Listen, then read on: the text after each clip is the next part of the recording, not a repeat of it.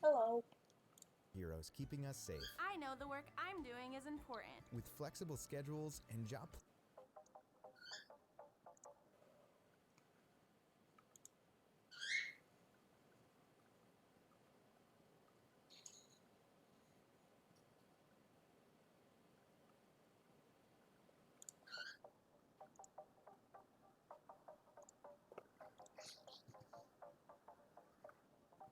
Ayo, what is up everyone? It is the Alpha J of the Alpha J show and you guys voted, so let's get started with this community pick, The Amazing World of Gumball, the Puppets. It is a popular choice within the animation community and most known for being the episode co-written by the people of Don't Hug Me, I'm Scared, a popular web series that rarely posts from what I see. This was also requested from what I gather, so tons of you guys really wanted me to talk about it, so let's get into the review. So we start off the episode with Gumball and Darwin collecting old toys to give away. I find the setup to this particular episode very natural and quite better than the Ollie, an episode I reviewed as a collaboration with a good friend of mine, which I'll link in the card and description below, in which you couldn't believe in that episode what was happening. They bring out the Bop It Extreme, the Tamagotchi, and the Dragonflies. Hey, there you go. All things that were very popular around the 90s and 2000s, which supports the case that Gumball takes place around this date. Yes, there is a subject of debate around when Gumball takes place. Not sure if the creator confirmed, but it's something that I've toyed around with making a video about. I'm not sure if I am going to actually pull the trigger and do it, but until then, this happens. The warriors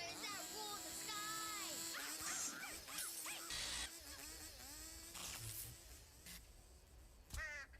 See, now this is the Gumball comedy I remember and love. It's littered all throughout Season 1, Season 2, 3, 4, and for some reason they decided to go more dialogue and meta-based comedy in Season 5, as you've seen in my Matchmaker review for instance, as well as the Ollie review I did. That's not to say that there is very little slapstick, but the general direction was comedy-based on the Amazing World of Gumball's near masterful grip on animation, which generally included tons of slapstick. Gumball picks up a box and it's clear that it is something that he wants to hide. No, this isn't similar to the episode where Richard was hiding something, but that could have also worked as a concept here. As Darwin takes the box, his voice tells it all. It's puppets that he remembers like the back of his hand, preferably because they were on the back of his hand. He and Gumball go back and forth on whether to play with the puppets, and Gumball mentions that Darwin wouldn't go on a date. I love the joke, but it's just so out of place. Darwin is the last person who really needs to worry about a date. First of all, he hasn't wanted to for 4 seasons, and you, Gumball, kind of set him up on a date. So I don't think good old Darwin here needs to worry about the plenty of fish in the sea. Although he gives the box to Gumball, Darwin keeps the puppets, to which we are introduced to Frank and Howdy, as well as Grady. Although Grady is going to remain a passive role for now. All of these 3 puppets will be the other and final major characters of the episode. I guess since I already spoiled it, I also want to say that despite Gumball crossing different types of animation, there are only a few characters that have been animated in more than one medium. Besides these puppets here, you have Sussy and Rob, for example, who have been animated across multiple different mediums. So you know this episode is pretty special. In fact, it is the 3rd episode I've talked about where the animation is the forefront to why a Gumball episode is so great. And it is the 4th time in which the animation medium changed, those being the sweaters, the fury, and the money, as well as this episode of course. And I do have to say, one of the reasons I've been attracted to the Amazing World of Gumball is because it has been able to transcend the limits of an animated show. Many shows wouldn't do this, or maybe they would and it wouldn't be so seamless, but they were able to put their foot forward and do this. And now, even if any other show down the line does it, people will immediately think of Gumball. That's how legacies start. So Howdy and Frank pretty much guilt I trip feel Darwin like into that not only is missing them, but manipulating just Darwin into wanting to repay these pieces of fabric. I overkill also for want to you. give props to the voice actor of Darwin, one of them anyway, because knowing myself reading this script and messing up along the way takes up anywhere from 20 minutes to over half an hour, and once I'm done, I don't want to speak anymore for hours, and hearing these voice actors do this, especially with Darwin and his impressions, is pretty admirable. So Darwin promises to never let the puppets off his hand, which leads to a pretty funny and under the radar joke. And this weird scene with Rocky. I do have to say, the stuff with Rocky is kind of dumb, and Gumball isn't necessarily a show that goes for dumb humor a lot. It's pretty off-putting, and I'd even even go as far as to say it feels very forced. It's not like Rocky comes back at the end, and although I'm not the type of person to ascribe the word torture to a character just because they were written to receive pain, the fact that Rocky is the only one that is seen hurt and his role was for a joke like this, that didn't really work too well in my humble opinion. It seems very unfortunate for a show like this. It kind of feels like someone on the writing team wanted to go into a direction of Darwin messing around with the people in the school, using the puppets. And I can see something like this happening. You can have Carrie try to play with the puppets, but they fall through her. You can have Understandably. Carmen think the puppets are cool, and one of them sticks to her cactus spines. You can even bring back the gag with Rocky, and have them kiss again, and maybe the same truck comes back around hitting Rocky within the school, or even the truck driver steals Rocky away. And the point is that there's so many ways to go about this, and the fact that they didn't do any of that, or anything at all with the whole No. Rocky thing is actually Aw. quite disappointing. It feels halfway done in that particular case. Sorry, We have dude. Gumball letting out some steam to Darwin, which involves him making fun of puppets, which in this world can be, And Darwin's new friends influence him to say a lot of insults to Gumball, which, like I said before, very close to the earlier comedy of Gumball. But in my opinion, it just doesn't hit the mark the same way it used to. I can try to insult your face, but I think nature's already done enough damage. So after Gumball hams it up, we get Darwin's puppets trying to give him reassuring words that he doesn't need to worry about Gumball anymore. Now, as you know, Gumball is not going to play with the puppets, as he thinks he and Darwin have outgrown puppets. It's also very interesting that this is happening with Darwin and not Anais. I guess you can make the argument that Darwin loves to help people and has a bit more childish wonder than Gumball. I mean, during the kiss, which was a very, very early episode, Darwin was shown to see the world quite differently. Those are my socks, and keep it down, or Gumball will hear you. Did you say something? Whoa, man, it's called knocking. Do you have any sense of manners? Were you out there this entire time, or was Darwin just that loud? Either way, come on, man, have some decency. He could have had his feet out. He could have been doing something embarrassing, or even worse, he could have been watching an Alpha J video, and you made him panic and skip ahead, so he didn't get to hear about the time when Jay was getting out the bathtub, he accidentally...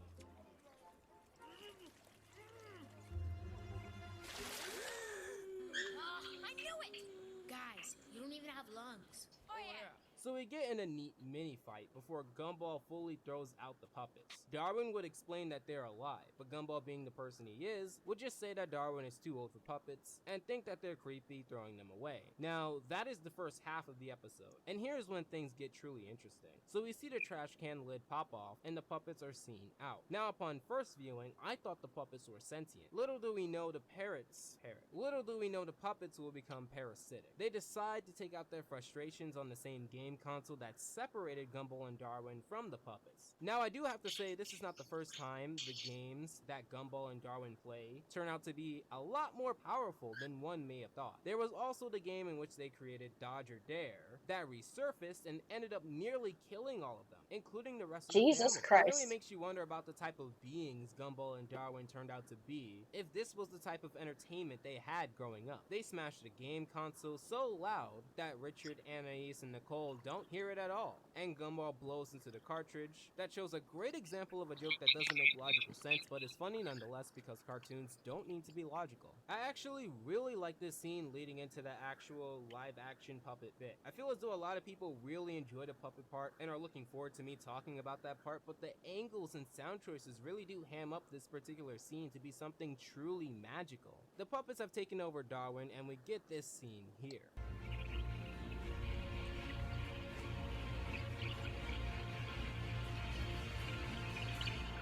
Thank you, Master Gumball. I missed you greatly all these years. I'm not 100% sure why, but Grady has the most interest with me. I like how his character is monotone and calm, and he doesn't outright wear his emotions on his sleeve. Why would he want to help Gumball? If Gumball doesn't like him, and he clearly doesn't, and Gumball doesn't want to play with him, and Gumball...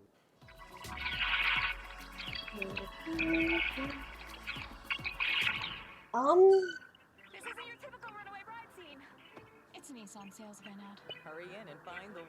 wouldn't have if Darwin wasn't trapped. Why would he want to help? We then get this transition here into the Don't Hug Me, I'm Scared inspired portion of the episode. And I gotta say, the transition really needed work, but I feel like it was one of those situations where, because of the jarring differences between the two types of mediums, any sort of direct transition wouldn't have really worked. We then get Gumball looking through the different things that he imagined as a younger Gumball, and I gotta say, it sounds just as imaginative as it would be for Gumball. I do like the meta humor of the hands, even though it's an obvious and cliche joke, but just because something isn't cliche doesn't mean it doesn't work, but just because it works doesn't mean it isn't cliche. I feel like I've said that so much it needs to be on a t-shirt or something. I love the background, and just like with the new Halloween episode of SpongeBob, the environment seems up to par and worthy of a temporary change. We get a very 4, happy song 3, from the other two puppets 2, about how puppets will 1. always have fun, and specifically have Hey. fun with Darwin forever. In this gray room, in which both of them show very slight and subtle signs of aggression. Like one of them slapping a cake out of Darwin's hand because he didn't make it right? I don't know. But I do know that Darwin does see that it isn't as fun as he thought it would be to live with the puppets. This actually reminds me of two things. Firstly, Destination Imagination. You know that special within Foster's home for imaginary friends, where although Frankie enjoyed the world within the chest, she did not want to There stay was? there forever. Also, this reminds There me of was? another Foster's I'm- Home ah, episode shit, I in must which have missed it. Blue wanted to run his own imaginary friend home, but it really wasn't fun when he actually had to deal with all the work involved. I like, although Frankie enjoyed the world within the chest, Nice. she didn't want to stay there forever. Which I like that Pokemon both was it that for? and this dives into the topic of wanting to do this one thing, even though people would have advised against it, and have, because this is somewhat what Darwin wanted. He wanted to play with the puppets, and he wanted to give back, but maybe Darwin didn't want to do that forever. He just wanted to change, possibly take a visit down memory lane. And that Ooh. spice of variety is a cornerstone of Gumball. It's one of the Nice. reasons I really like the show, and it's a cornerstone of, well, me really. I mean, my mascot is a panda, but it's highly representative of the fact that I'm pretty much all over the spectrum. I couldn't stay to one thing for my entire run of YouTube. One day maybe I want to talk about this new thing, and another day I don't. And I said this in my money review, so I won't go too deep into that again. But it just shows that Gumball has that inner layer that I will always enjoy. Wait, what's that? The end of the fun.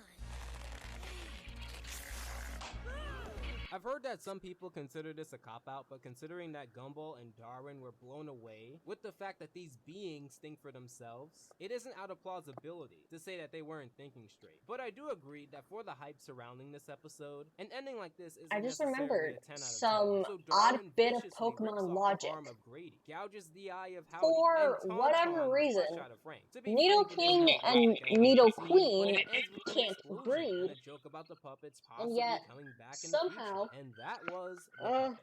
I remember when people were and foaming yet at the somehow, mouth telling me that Mimic a Madness was like one of the best what, episodes of SpongeBob, and as 45 much as I ton liked the whale and a episode, 2 it did not ounce live up cat to the hype. can I breed remember when and people have were a foaming at the baby. mouth telling me about the anime scene in the Fury, and telling me that was one of the best moments in Gumball, and as much as I liked that scene, it did not live up to the hype. I remember when the puppets was one of the most talked about things in Western animation at the time, and as much as I liked the episode, it actually did kind of live up to the hype. I love the episode, and so far, it's one of my favorite episodes in Season 5, although I don't have that many good ones to choose from. I love how Gumball collaborates from time to time with other companies, and it keeps the Sorry. animation fresh and leading in What I terms of said 3D was, animation. I can't think of many I that are find on it par weird with how Gumball. Nido Overall, the King episode is and fantastic, Nido and if you haven't Queen already checked can't it out, breed, I highly but recommend like you a do. But what do 45 you ton think of whale this and a episode? 2 Let ounce me know in the kitten comments down can. below. Did you think the whole "Don't Hug Me, I'm Scared" parts were actually worth the hype? Also, if you know of any references or possible theories or connections to the web series, it would be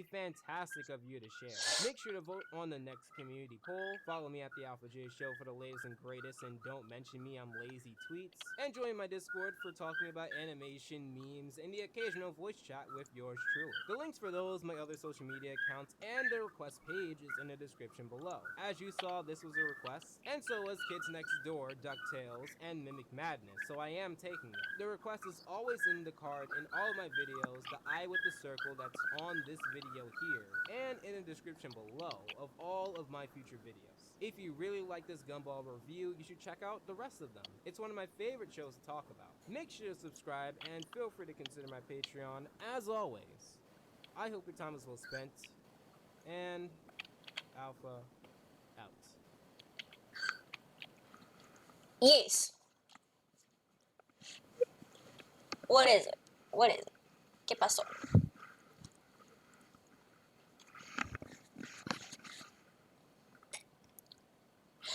Because my dumbass didn't hear the Discord notification that you had sent me for like changing the server. So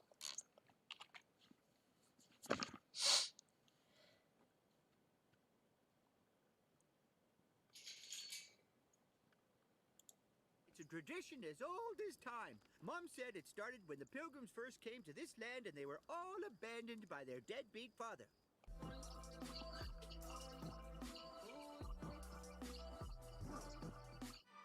No more. You sip. yeah. This is how you laugh. And this is how you laugh.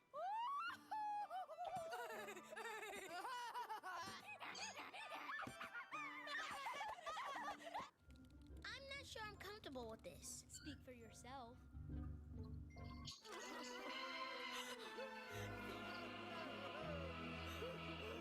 Oh, I know. We invite people who need hugs and kisses to come to our house, and we give it to them for money.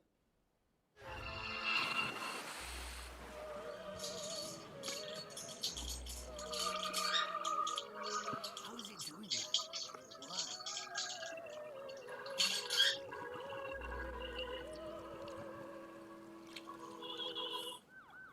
Somehow we made it to 7th Avenue. Listen today.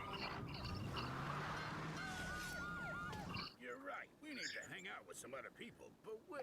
The mall? yeah. Good idea. Definitely not the mall. That's where I'm going. Schools?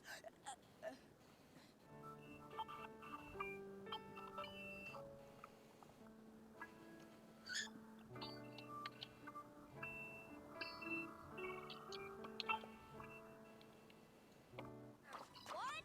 Why? The sun! The sun! What's wrong with the sun? Nice boy who did the recycling is giving up! Wait, has what? He's given up.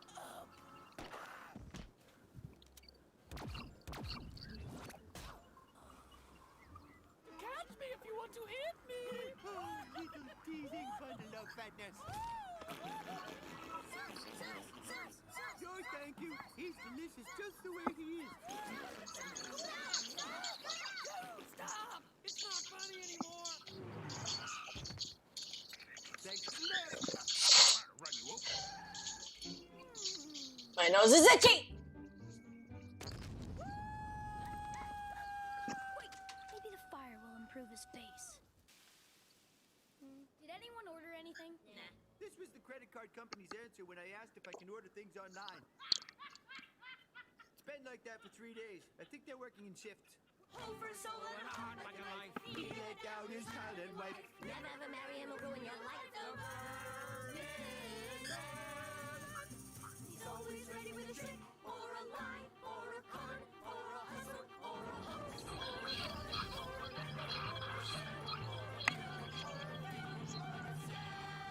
Yes? Good. Black ball! At least we saved some pigeons. Oh, no. We raised awareness of the cause. We didn't actually save any. Wait, who's flying the plane? How about a joke? Knock knock. Dad? What? No.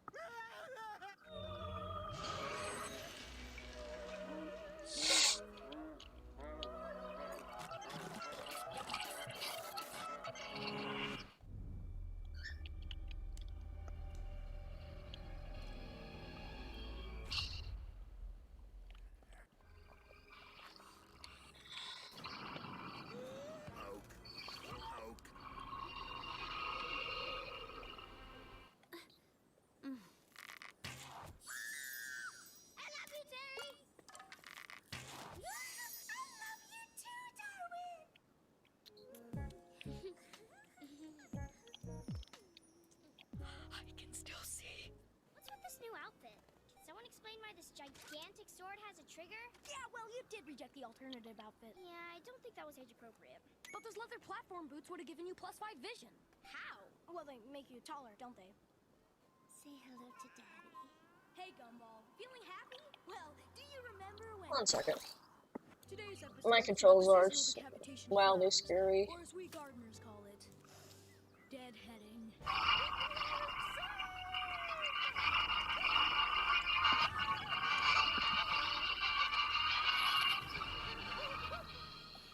I guess I did. What does a laser sword sound like? Tag it. Chilling with my fans. I just wanted to see if you were using this chair. You mean this chair? You know what? Don't worry about it. You can take this table if you like. Yeah, never mind. I don't know why I'm so worried. It doesn't matter anyway. I just don't want to be Yeah. left alone, you see? It's the silence. The terrible silence. You don't get to judge me, Chris Morris. You're not one of my dad. Oh, hey, Darwin. Oh, hi. The only way to find Daisy is to find Gumball. But this is where the trail goes cold. And the Okay, fine, you're right. The front door wasn't wide enough for a bus. But you! I should have known when I saw a bus driving into my living room that a Watterson would be at the wheel. Woohoo! I'm so happy! Anais! The most wonderful, incredible, amazing thing has happened! What? I'm in love! She's the most beautiful, most wonderful, most amazing, most wonderful, most... Here she comes. Can I get her back? Oh, yeah, get on. So now I can lay eggs. Then I tried to get invisibility, so I took a chameleon through, and now I can lay chameleon eggs. And then I tried to get super Ooh. jump, so I took a frog through, and now you can lay. Yeah, so... Okay, how about... Nice. that just went from uncomfortable to unacceptable. Maybe just stick to a friendly gesture. Oh, I got it. Hey. It was Darwin's plan to destroy the evidence. Why can't you do this? Because I don't have opposable thumbs. What do you mean this all stems from a narcissistic delusion brought on by my inner fear about facing my true place in the universe? What do you mean? You don't wanna be more than just regular friends. We can still stay in touch. Look, I got us these walkie-talkies. Let me help you move in. Alan, you changed the lives of so many people. Yeah, but what about him? In spite of all the effort I've made to be friends, he still can't look me in the eye. That's not true. Yes, Alan, we are friends. We are friends. See? He's physically incapable of saying anything remotely positive about me. Mother, is it not ironic we get free food when clearly we can afford to pay for it? That's it, I'm crossing. Freeze, you hoodlum! Four. Jaywalking. What else happened there?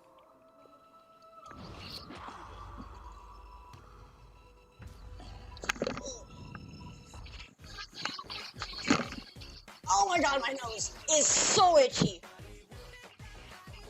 Hey, buddy, where you going with my tire? Hey, Holy stop! That guy has to be shit, stopped. I want to just rip my nose off. He has got It's... to be stopped. Ugh. Come back to us, Ricardo. We are your real family. Ah. I take 10% off just for you. I'm sorry, Don Luciano. You know the sad thing about betrayal? It never comes from an enemy. Sure. And now we also get awful rheumatic fever. And I think you had a hot tub somewhere? Sure. If you just follow me, I give you the hot tub. Oh man, I can't fight my girlfriend. You have to. Yeah. Okay, I'll try to calm her down. Oh, how about a gift? I love you.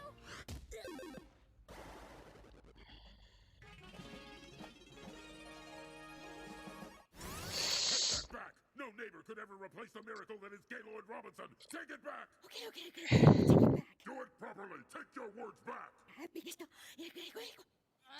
Maybe food will fill the gap in my soul. Healthy recipes.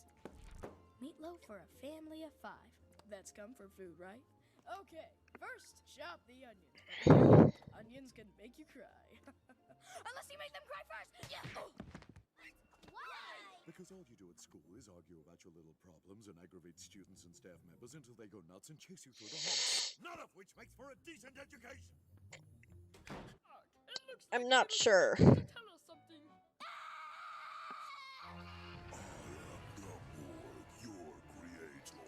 I mean,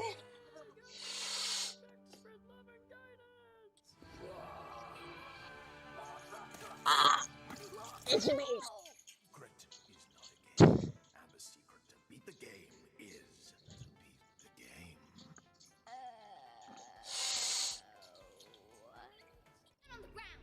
I didn't do nothing. It wasn't my fault. Why are you digging a hole? I was gonna go underground. That's not fair. I realize that now. Don't make a pew pew sound with your mouth.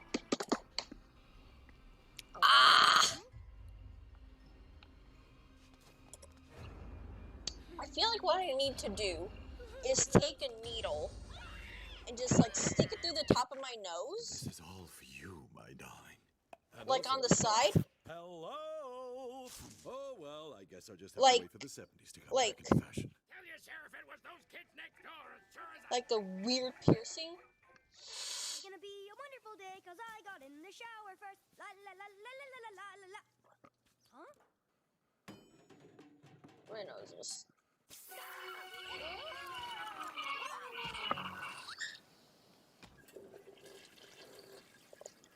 Finally reached the state of enlightenment. No, stop, help!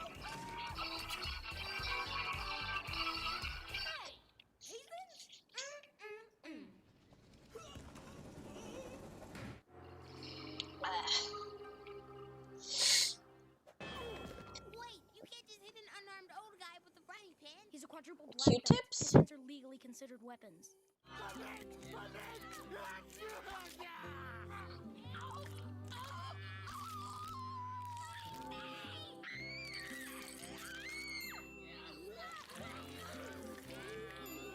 And we shall deal with our emotions like grown-ups. Push them down deep inside ourselves and ignore them for the rest of our lives. Hey, Mr. Yoshida, your daughter is safe. To get her back, just follow my instructions. You need to Making it worse. To get her back, just follow my instructions. You need 3M? As in $3 million? Then there's emojis of a clock and a flamenco dancer. Does that make it more or less sinister?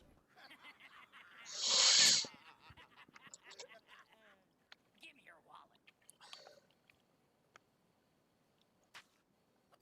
What is wrong with you? Why'd you do that? Oh, can't you see? This world's unclean. They say brush twice a day. I think that's not enough. Oh, can't you see? All this disease, the smell of sweaty feet makes me throw up. Feel all around in here. Huh?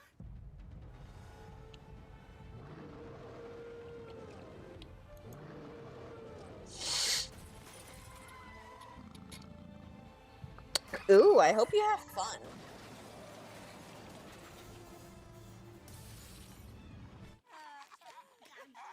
It's not working. I'm not absorbing any of the knowledge. Okay, no estudiamos cuando tuvimos tiempo. Be still, you cur. Imbibe that parchment swiftly. Anon we face our trial. Bye. Elizabethan poetry. Fie and fie again. We've been chewing the wrong books. Hello. How you doing? Dad, please, stop. I know I'm not cut out for prison. There were some real tough cookies in there. And they didn't even give us any milk to dunk them in. Your head is so big that you have to put your shirt on big first. Big head. Stop it, big head. That's cheating. Big head. You keep using the same move. Big head. Mom, have you been buying food at the grocery store again? Because this mashed potato should be called trash potato.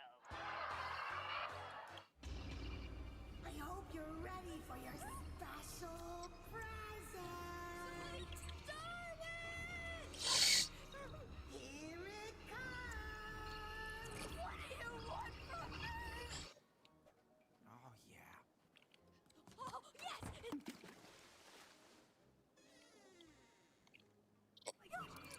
I can't breathe.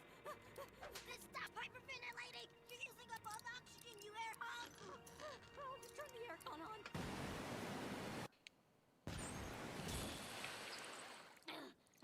What? Huh? Come on. What's the best thing to do when you know your childhood days are numbered? Lie down on the ground and go like this? No, dude. Not you! Light prey! Reverse! Reverse! Medium prey! Move forward! Somebody do something!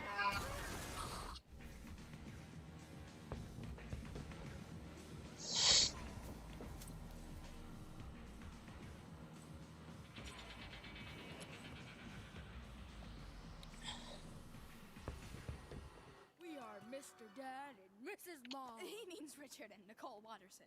And we've found video games to be nothing but a positive influence on our children. This is ridiculous. I think I'm about to say something. Video games can be educational, teach puzzle-solving skills, and help the growth of young imaginations. You two, stop this! Oh my goodness! My son Gumball has dressed up as me and attended the PTA meeting in an attempt to stop this bed. Oh, things are bad, bad, bad. About to get sad, and don't be sad.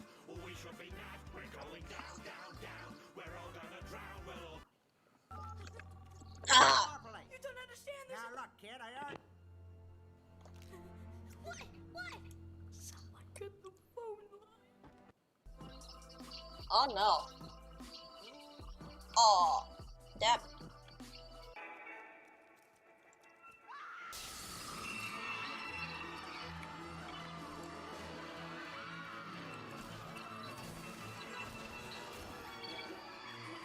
Shit. Wearing a bandana! Darwin, where are you? There you are. Oh, man. My makeup's running, and there's no toilet paper in the whole school. Oh, all that actually happened today was me rescuing Penny from a tribe of time-traveling troglodytes, and then we made out. Look, first day of school. Yeah, probably the last for a few others. A couple of signatures from you, please. Why? Razor's returned from suspension today. Jesus. Razor? You know, the kid we suspended for smashing up the locker room. He's real! I mean, what? He's in that band, Soldiers of Pain. They're pretty hardcore. I gotta go. How about a little kiss before you go? I gotta go. Out this window!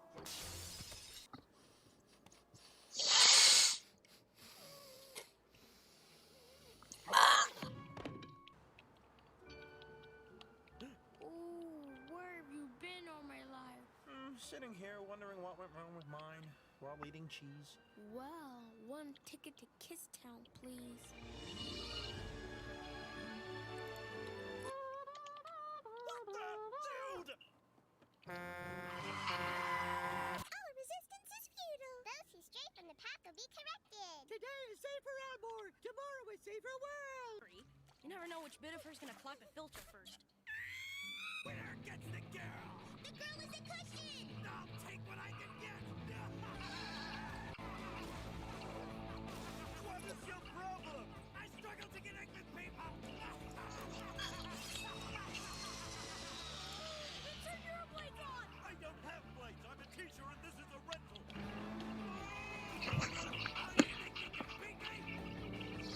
Don't kill a bitch. Kill a bastard. It's because of you I'm mortal! Don't worry, it's just a flesh wound. Let me give you a hand. Thanks.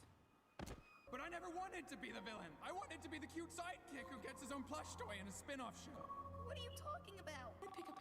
Help! Elmore Police? Yeah, help! There's someone in my house. I see. Are you in the house right now? Yes. And that someone is you. Case solved. You're welcome. Okay, I just need to sign these back in. Your name? Watterson. Gumball Watterson.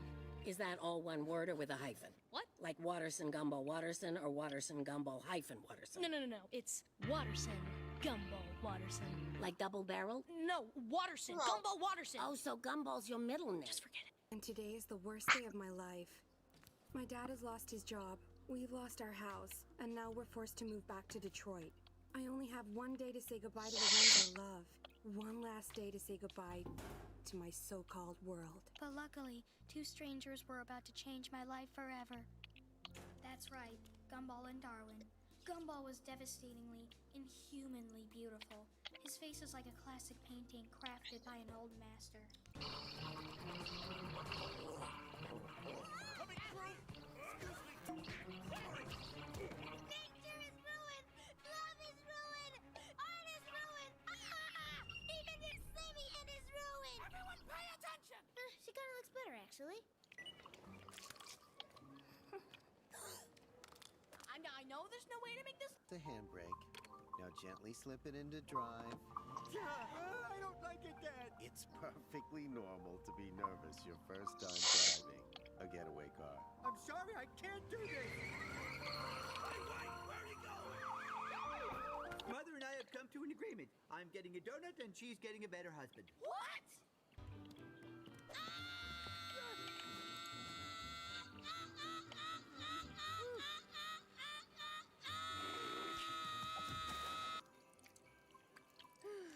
Dad, the smells the worst. Is so fatty. I'm sweating butter.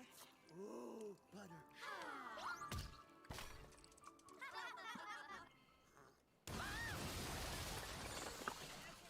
And it couldn't be your father because his fingers are too fat. And someone's been using my toothbrush, and it can't be your mother or Anais because I've tasted theirs and the flavor's don't match. Yeah, and somewhat. You're being overdramatic. It'll be more like. A little miserable. You know, like our grandpa Louie. He never Or, lets his age get in the way of stripping off for his life drawing classes. And he doesn't care when the teacher body shames him by saying, there's no need to get naked when you're the one doing the drawing. He's right. If we got it, flaunt it. You may have flaunted it too much. And as for you, the only thing worse than hearing you slurp your coffee is watching it stick to your rancid lady mustache!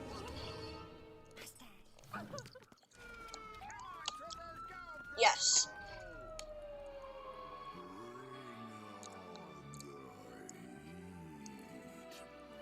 I need to chew. This heirloom was passed down from grandfather to father, and from father to son. And it was passed down from that son's second-story window by my former cellmate to me. And now it's yours. I don't know what to say. Good, because anything you do say might be held against you in court. What?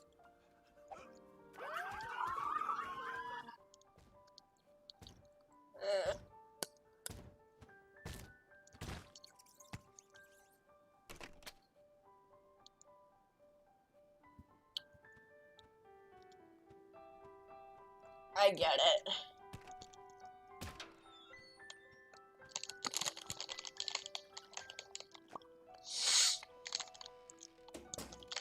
Should I bring a bucket in case we need to, you know, powder our nose? Slacky, when you gotta go, but you don't want to leave. Look at that beautiful picture pecking the mold off that old chicken leg. Isn't the circle of life beautiful? Your time's up, mister. What the? Darwin? Well, you were disrespecting me.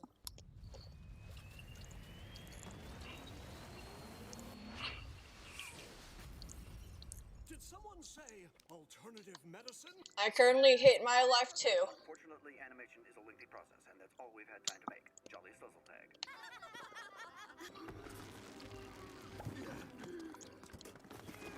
You won't miss.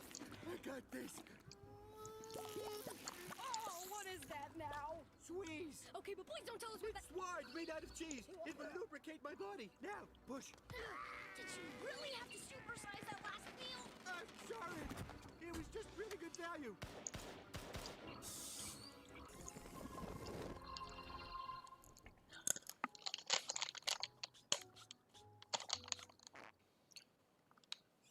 It was the shoes, I swear. They were Yeah. all new and squeaky. Then add more oil and the remaining ingredients. Just a second. I did not sign up for this.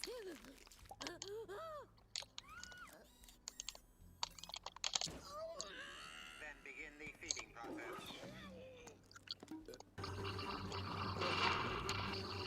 Gosh darn paramedic! I go into respiratory arrest for 1 minute and he steals my place in the line. Well, it's a dog-eat-dog world. Who eats what? Was that a spoiler? A dog eats a dog? Way to spoil the whole plot! Stop it. Come along, Siciliana. Let's go see a movie where a dog eats normal things. I would have gone for something more like. No, what about? What about? How about this?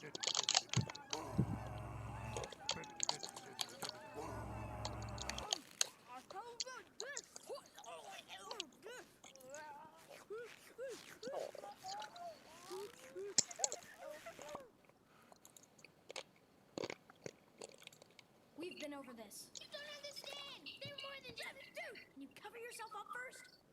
Oh, yeah, sorry. I don't think there's a cure for that.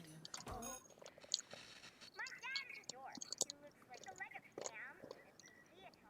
Smells like the underside of a pork chop. Ah, I know. Not such a cute little bunny after all. It's okay, Mr. Dad. We're here for you. This is a great idea. Then we can make it look like she's saying bad things about Mr. Dad when she didn't. Oh, wait, is this thing still up? Sounds more like.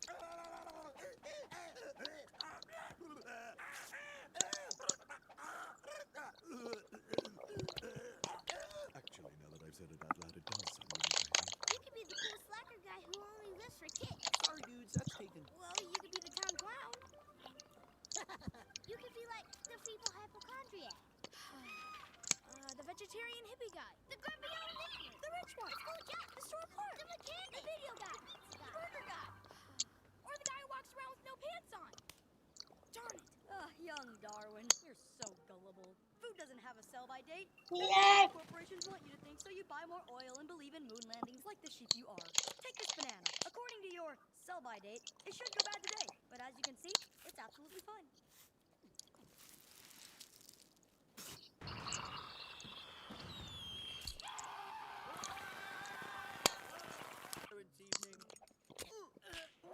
Ready to go. Hi, I'm here to sit on the baby. Oh, there you are. Well, it was locally sourced in its country of origin. Thanks, Larry. Hey, am I paying extra for this warm feeling inside? Yes.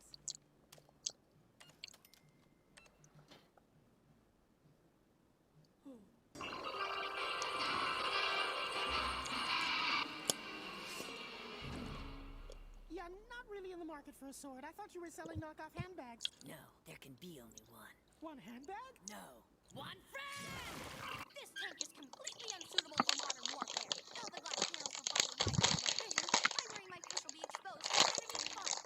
Does he look happy? Nah, he looks more like a bulldog staring at the sun. Don't you think? Yeah. Maybe she's in the bushes. Well, maybe in the barn.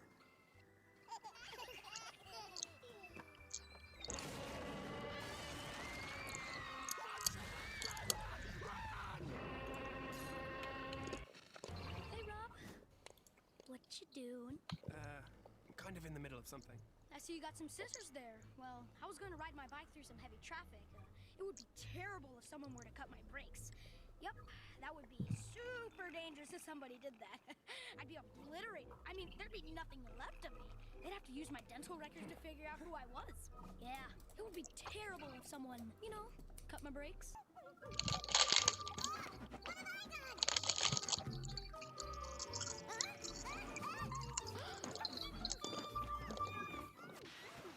What's that for? A crime of passion? She's too good not to be shared. Wait, have you been spying on us? Grow up, Darwin. It's the 21st century. Everyone's spying on everyone. There's probably someone watching us right now. Huh? What? Let's go!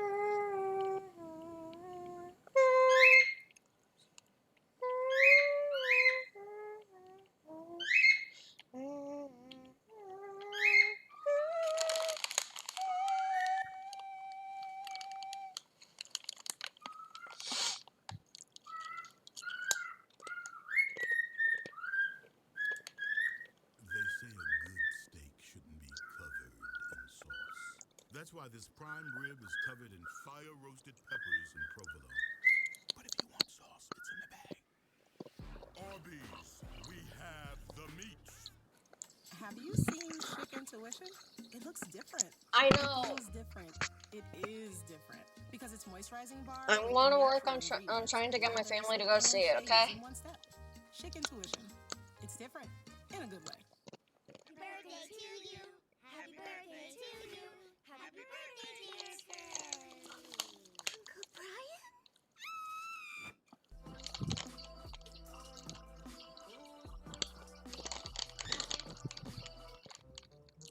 Okay. See you later. Aren't you forgetting something? No, I don't think so. See ya.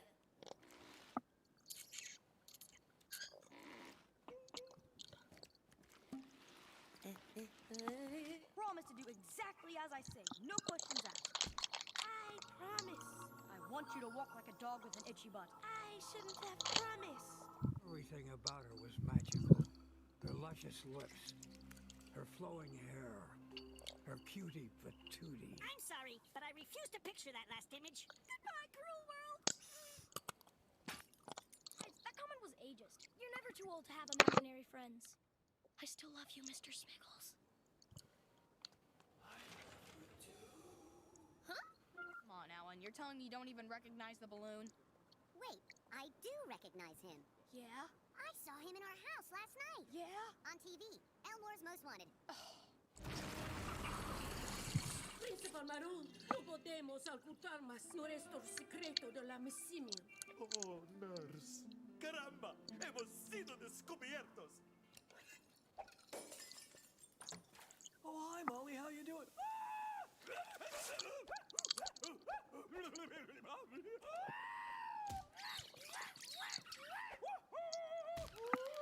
There's no medication for falling head over heels in love. Alan rushed over, gentle light glistening on his chiseled features. Not as much as all these years of yearning for you, she said, her heart in her mouth. Without further ado, they kissed, their lips crashing into each other, forever oblivious to the world around them. I have no words. No need to look so scared. I will give you a little kiss to make you feel better. Can I eat chocolates instead of vegetables? Because, sweet child, chocolate is fun for a treat, but vegetables are the cornerstone of a healthy diet and are very important. And you need to make sure you eat at least 5 a day. Delicious. If you were talking while you were eating, then where did the... Hi, Alan. How can I help, Darwin?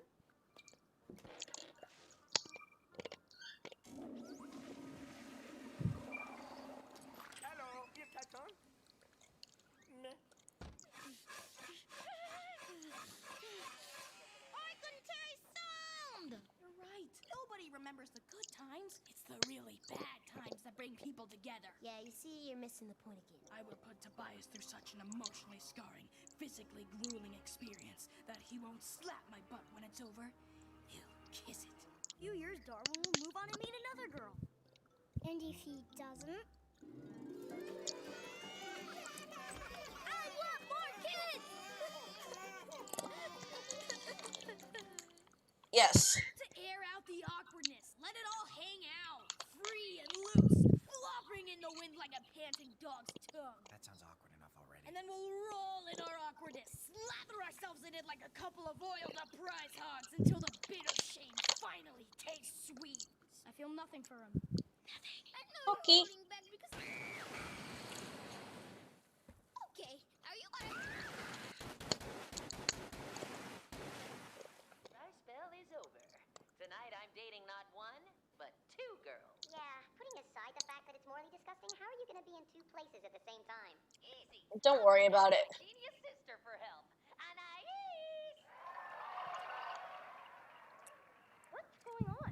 Why have I got a lift? After all, we've got the rest of our lives Sleep to go well. Well, I think we should go to school so we can work hard and get the best possible start in life. Anyone else want to go to school? Nope.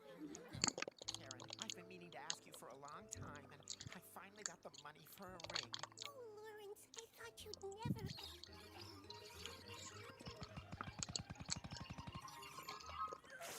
I will! Serving some bridal realness there, Mr. Small. The people start to settle down, and into bed they gently drift, unless they're on the nighttime shift, whenever... Okay. Oh, what was that? Yeah, I know. We got so much in common. Be my wife. All I wanted was one of your little butt slaps. But I thought you would hate that. I just wanted to be included and it got out of hand. And now I have to pay my taxes to this giant nostril. What? I usually file through my accountant, but he's in Boca. Going nowhere, Watterson. Says who? Too much? Yeah. Jim from accounts in the corner like a baby. Carol from HR straight tripping, she can take. Darn it, they're too far away. Oh, can I borrow those? Hey! Excuse me, but do you realize how dangerous it is for me to walk without my... What kind of prescription is this? That's literally the edge of the universe. Guess I'll just have to use stealth mode. I don't get it. When you're at the party and you've got to stop Faye from disappearing like the island of Luis in St. Peter's flood.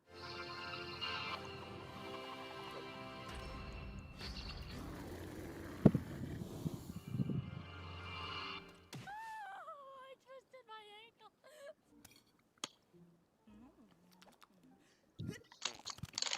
We got some other stuff if you don't like worms. How about fish hooks? Not hungry?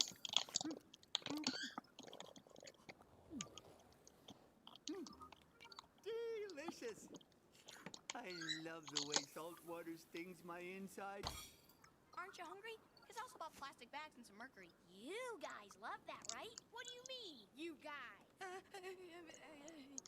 What's that? The ejector seat.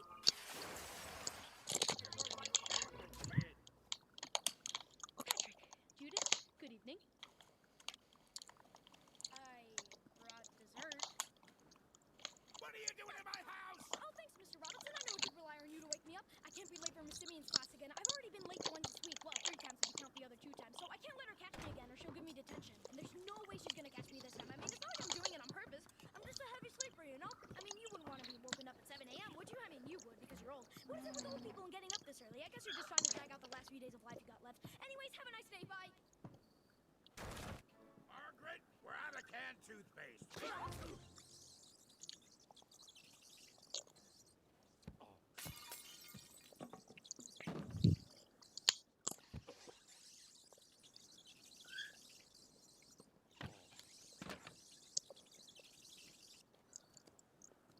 You sad-conformist drone! You sad-conformist drone! That's right. ARK the Destroyer will be back when the toilet tank is full. Okay. Actually, Alan, if you heard that, never mind. I'd rather it was just me left in the world than just me and you. Cool. Everyone get out of my way!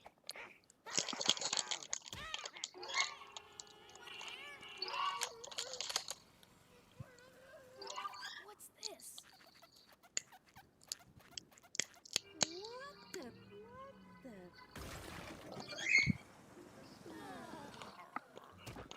There you go, a banana split to share.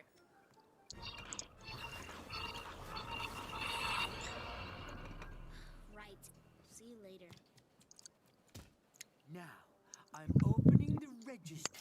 No, no, no, sir, I wouldn't do that if I were you. Well, lucky for me, I'm not you. So now, I'm going to take what you owe us.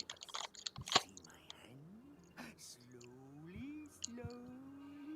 Wait, isn't that like stealing? You don't understand. You can't take money out of the register. You can only put it in.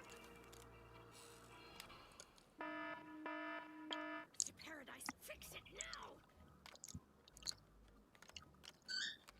Kids, your old man's got it all worked out. I got you a special flavor to celebrate. It's peanut, like you were when I first realized how much I liked you. Surprise! The second layer is blueberry to remind you of me. Oh, wait. I just remembered that you're allergic to blueberry. Why am I still writing this instead of telling Larry to stop putting blueberry in your bowl? Oh my gosh, what have I done? Oh, I know. I'll put one of your allergy pills and the cherry on top. That way, it balances out. Phew.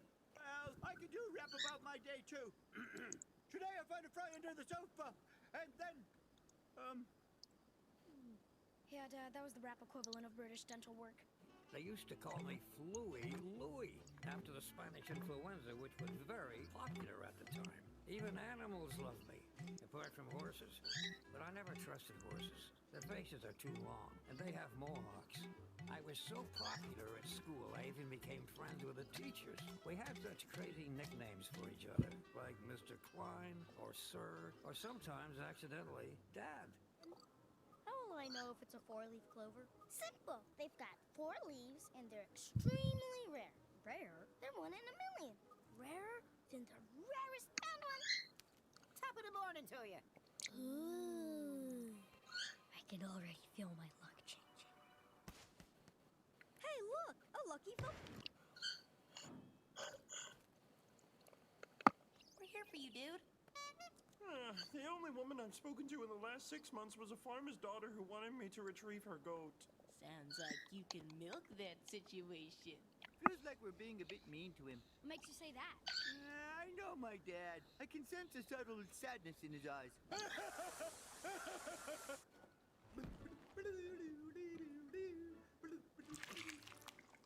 Wait, this isn't water. I'm in a bath of melted cheese. I've been wishing for this for 20 years.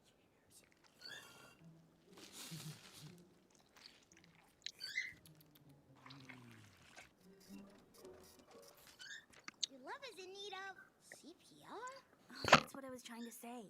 I don't have a pulse. Oh no, he's alive and she's not. Their relationship is gonna crash harder than a race car driver who forgot to have breakfast and gets low blood sugar at about 11 o'clock. Oh, hi, Carrie. Azrael! What? I said the ball pit had to go. It wasn't safe. All those kids sinking, getting lost, the paperwork. In the end, we did the only responsible thing. Sold it to a country with less child safety laws. You mean I exported my kids? Technically, he's exporting them. What you doing here? Me? I was just in here, counting brooms. Counting brooms? Yeah, I just love counting brooms. In the dark. Yeah, it's more challenging that way. Now the light's on, I can quite clearly see there's 2 brooms. 1 and 2. Oh my gosh, this guy's insane.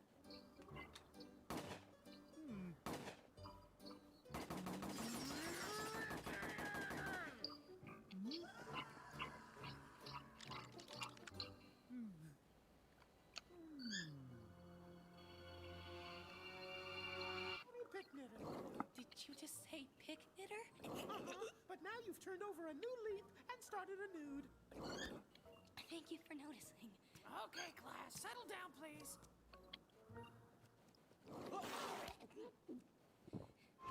So where are we gonna lay low? Bolivia? Mexico? Chipotle? I gotta get these handcuffs off. So we go to a crooked blacksmith? Bribe a lumberjack? No! We just go to the police! So, officer, allow me to explain why I'm running through the streets in a striped jumpsuit handcuffed to a tattooed delinquent.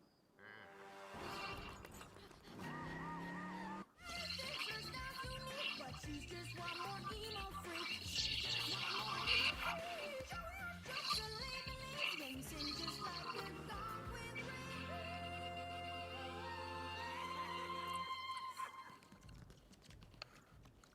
Where do people go when they run away crying like that?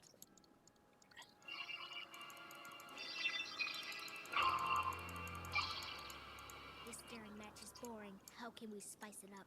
Like this? Or like this! Everybody, for initiative. It's me first. What are you gonna do? I throw norovirus into the mouth of the owlbear. Darwin, you're next. What do you do? I play Mary Tune and I dance.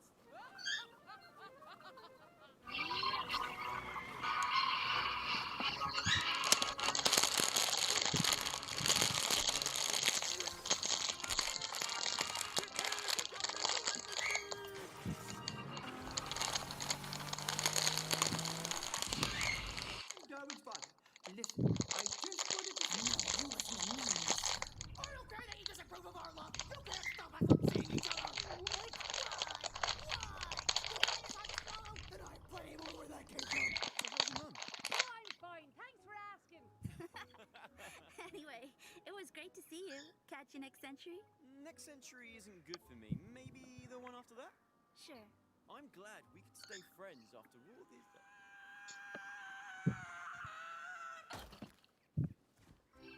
You're not quite the same as when we met. Oh, that means there's more of you to love. I only want a pet, just a tiny ball. A casual little hey there for my lonely roam.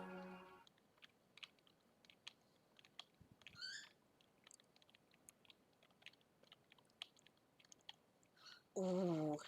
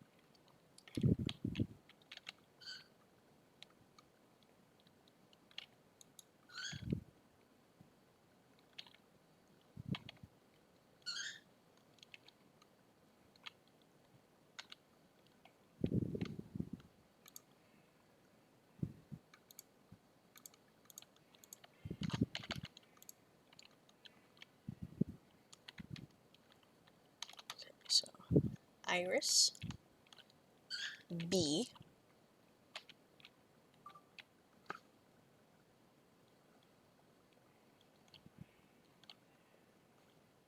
I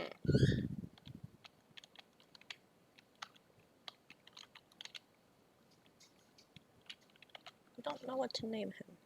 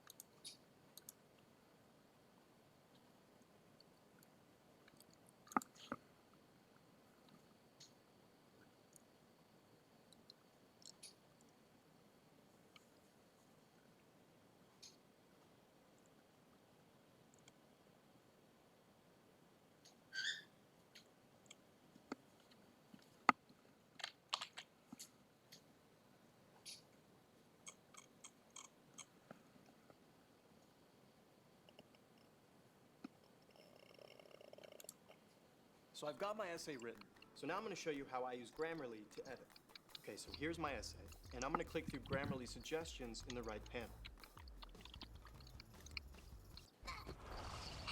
First, distract target. Look, behind you! Your butt! Then disorientate.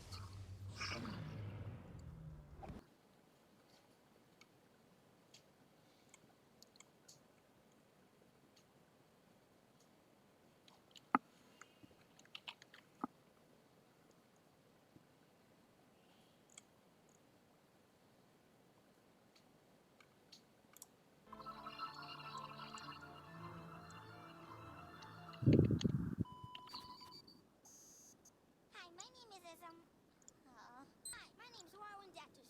Hi, my name's Daryl Watterson. And this film, don't work! Yes, yes, finally! Nailed it!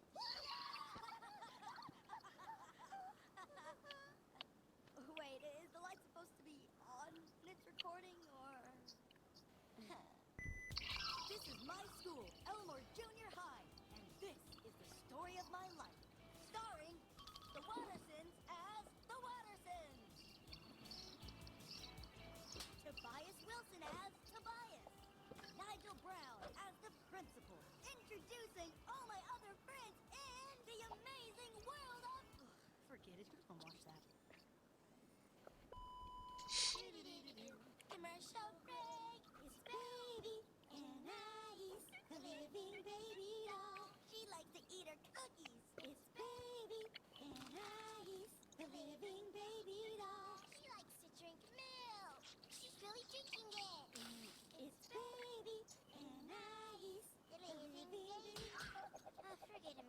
try something else. No. This gave me an idea. With realistic kung fu karate chop action, you can break anything with a tiny hand. Nothing can resist her. Cars, trees, bricks, houses, her own face. It's the Annihilator. Commercial break.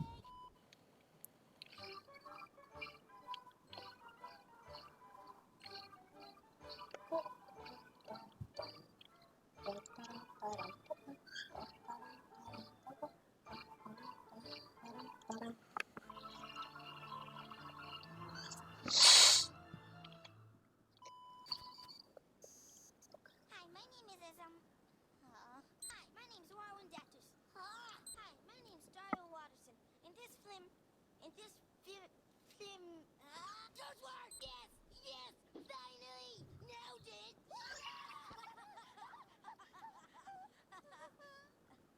Wait, is the light supposed to be on when it's recording, or? This is my school, Elmore Junior High. This is the story of my life. Starring the Wattersons as the Wattersons. Tobias Wilson as Tobias. We. Nigel Brown as the principal. Introducing all my other friends in the amazing world of... Forget it, who's gonna watch that? Commercial break. It's baby and Ice, the living baby doll. She likes to eat her cookies. It's baby and Ice, the living baby doll. She likes to drink milk. She's really drinking it. It's baby and Ice, The living baby. forget it, man. Let's try something else. No. This gave me an idea. Realistic kung fu karate chop action. You can break anything with a tiny hand. Nothing can resist her. Cars, trees, bricks, houses, her own face. It's the Annihilator. Commercial break.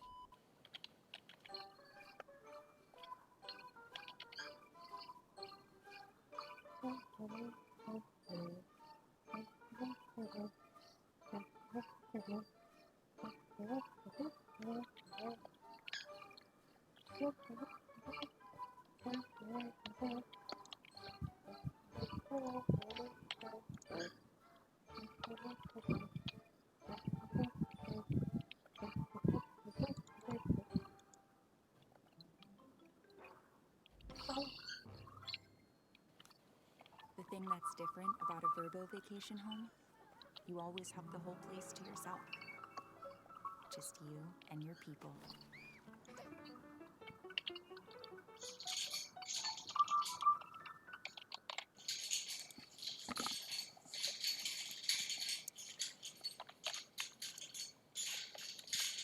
It's not just back to school. It's game on with Prodigy Math. Go on awesome quests with math that look like this. Score cool gear and loot with every challenge. Level up your rewards with monthly member boxes. Our parent dashboard helps you help your child. I don't care.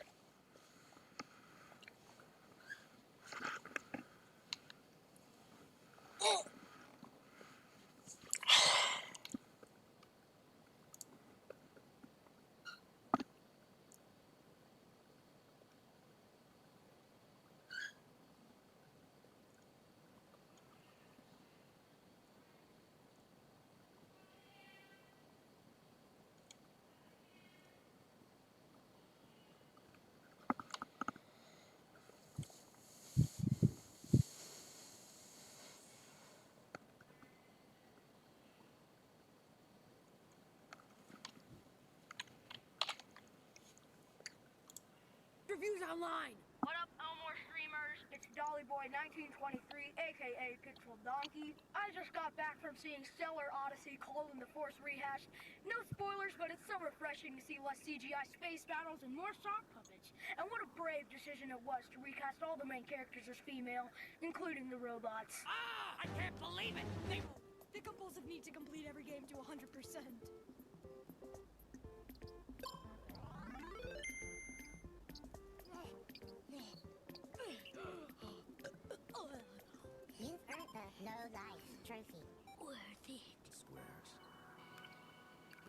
can't square the circle. I can only run. Run back to you. Back to me. Back to us. Outside of everything. Inside of nothing. Infinite eternity. Bye. All right, you can skip now.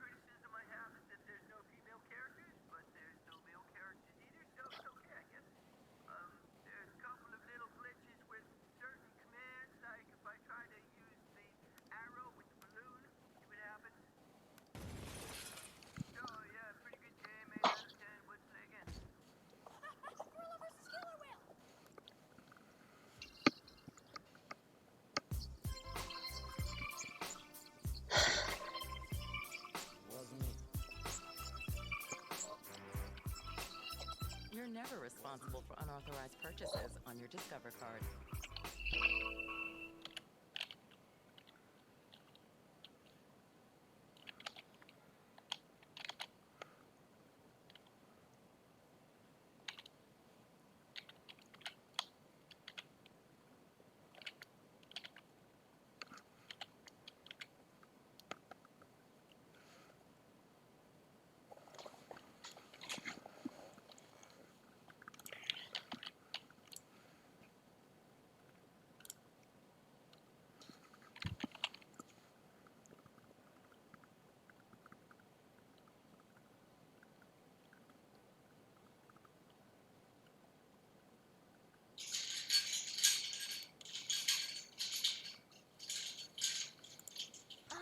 What's going on here?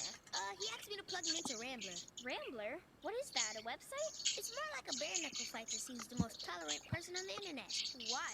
Isn't tolerance about being philanthropic? But yeah, no, tolerance on the internet these days is more about destroying people in an argument. So on Twitter, there's a new trend that's going around that doesn't involve grandstanding or drama.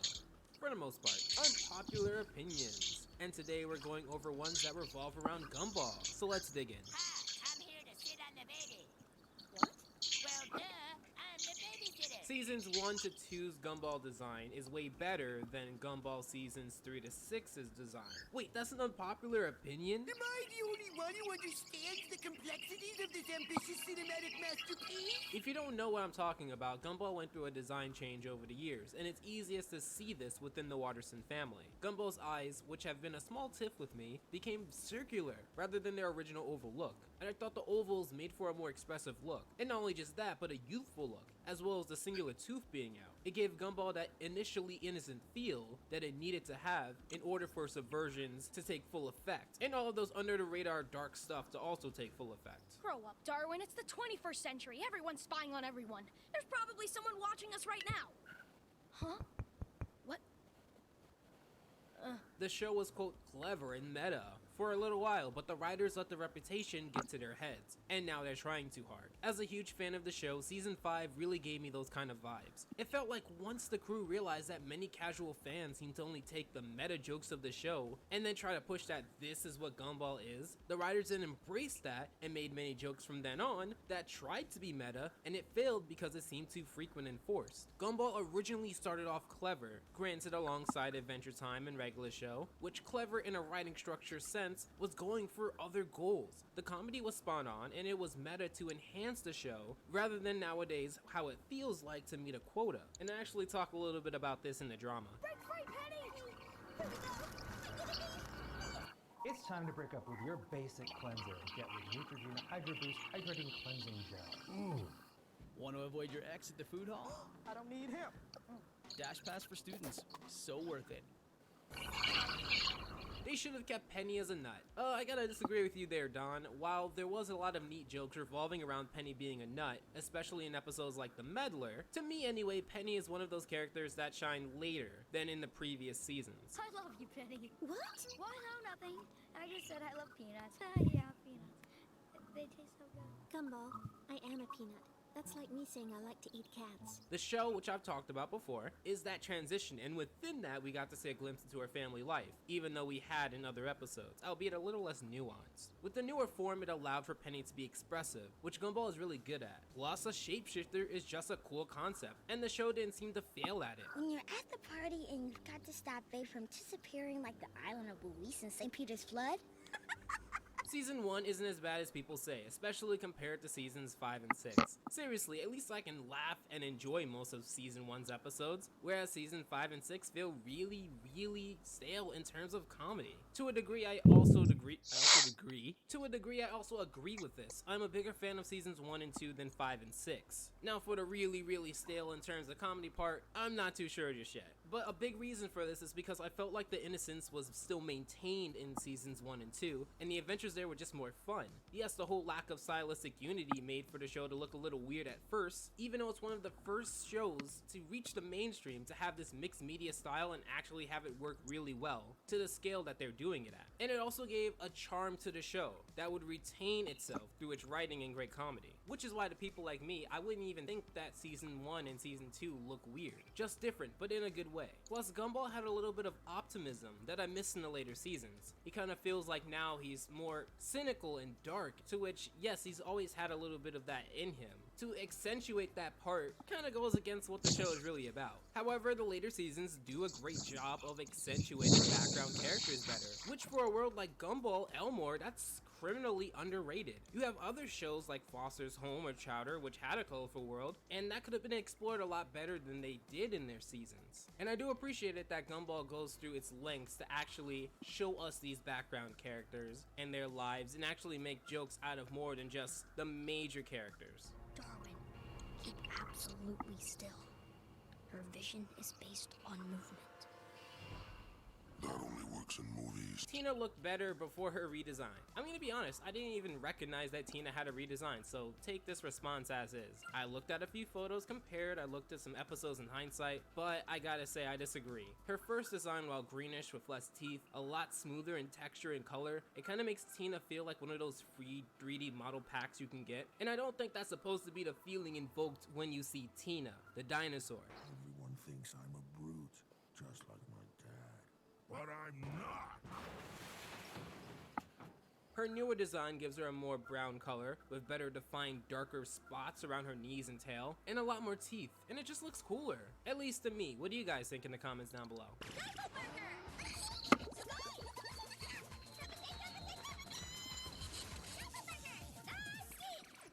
Nicole Watterson isn't hot, she's literally a stick. Why are so many furries and artists attracted to her? Smuh. Well, insert talk about strong, dominant female types being loved here. Oh, and also, if you didn't know this, in many cases, artists generally take take that stick that you refer to and just redraw her in the way they see her. So it's more of the personality and the core of the concept of her character that people are attracted to, rather than this stick that you are referring to. That was way more time than we needed. I need a sweetheart.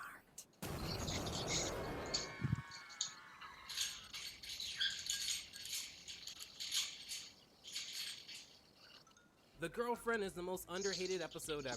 So The Girlfriend was about Jamie thinking that she needs a sweetheart and determining that Darwin is to be that sweetheart. Hey guys. So how long has this been going on? What? No one asked for your opinion, you frozen freak! Do you know what happens when you mess with my man? and I can see why you think this way. Jamie's a total jerk within this episode, and the whole "I'm going to force you to be my significant other" generally isn't grounds for a very funny episode to many, and I can point to a few examples where this wasn't done so well. Most of the episode is not spent with Jamie doing malicious things towards Darwin. Her intentions are good. Wow. Her intentions are good, and it's physical humor, which is a hit or miss with many people. And also, considering Jamie and her personality type, this episode could have been way worse. So not only am I getting paid 22% less for my work than the men, I also have to let them take all the credit. You're right. That's a very good point, Gumball. The fourth wall jokes and social commentary are overused. You know, I started to think this as the show went on. A lot of it comes to the height in the episode The Worst, which seems to be hated across the board. Comment down below if you want me to cover that episode. It pretty much was criticized for being a place for the writers and whoever else worked on that episode to dump their problems, in a similar fashion to the Teen Titans Go episode, The Fourth Wall. And I do think that fourth wall jokes are being overused, especially considering, like I said before, it wasn't always just those. And personally, I think that meta and fourth wall jokes work better when you don't expect them. So to increase the frequency of them actually lowers the chance that I'm going to laugh at them, because I'm expecting you to break the fourth wall. And introducing all my other friends in the amazing world of... Forget it, who's gonna watch that? Alright, so those were the more unique, unpopular opinions in this thread. If you want to see your hot take in the next video, I'm going to put up a tweet today and a community post today, for those who don't have Twitter. Just make sure that you get these in on time. You can follow me at The Alpha J Show, tag me, let me know you follow me, DM me. My DMs are open, unless you're creepy. Don't be creepy. I read as many mentions as I can. Anyway, special thanks to the patrons of January, and until next time, take care. Alpha out.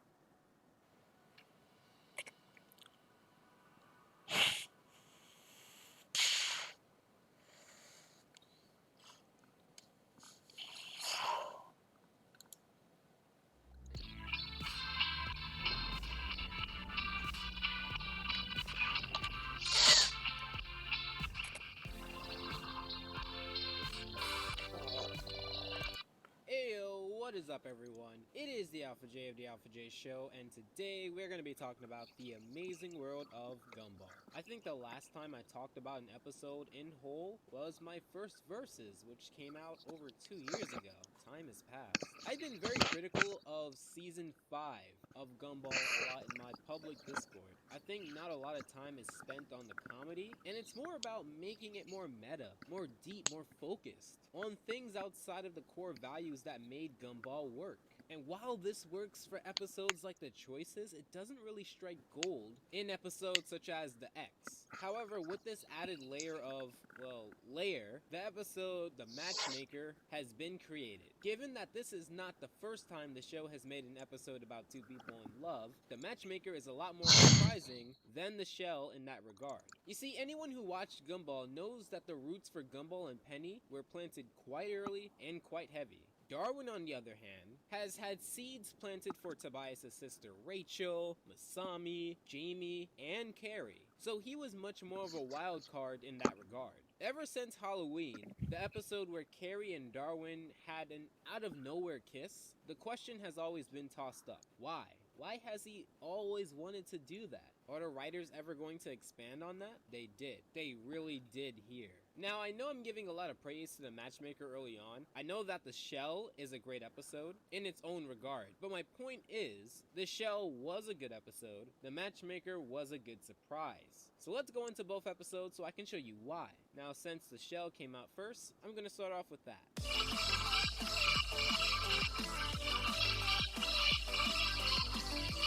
Before I begin, I want to shout out these comments here. I've been getting a lot of good comments recently, and a lot of people have been contributing to the conversation in a very productive way. So let's get into it. This episode starts off with a play that Gumball exaggerates his role in. We see that multiple families came out to see the show. However, the episode clearly shows the two main families that we will be focusing on. Darwin has stage fright, which for a fish, I totally understand. And we do get a few jokes along the way. Richard does this running gag where he explains the obvious for either comedic effect or non-comedic effect. Comedy's weird. Penny improvises and decides to kiss on stage in front of her family, his family, many other families, just people of Elmore in general.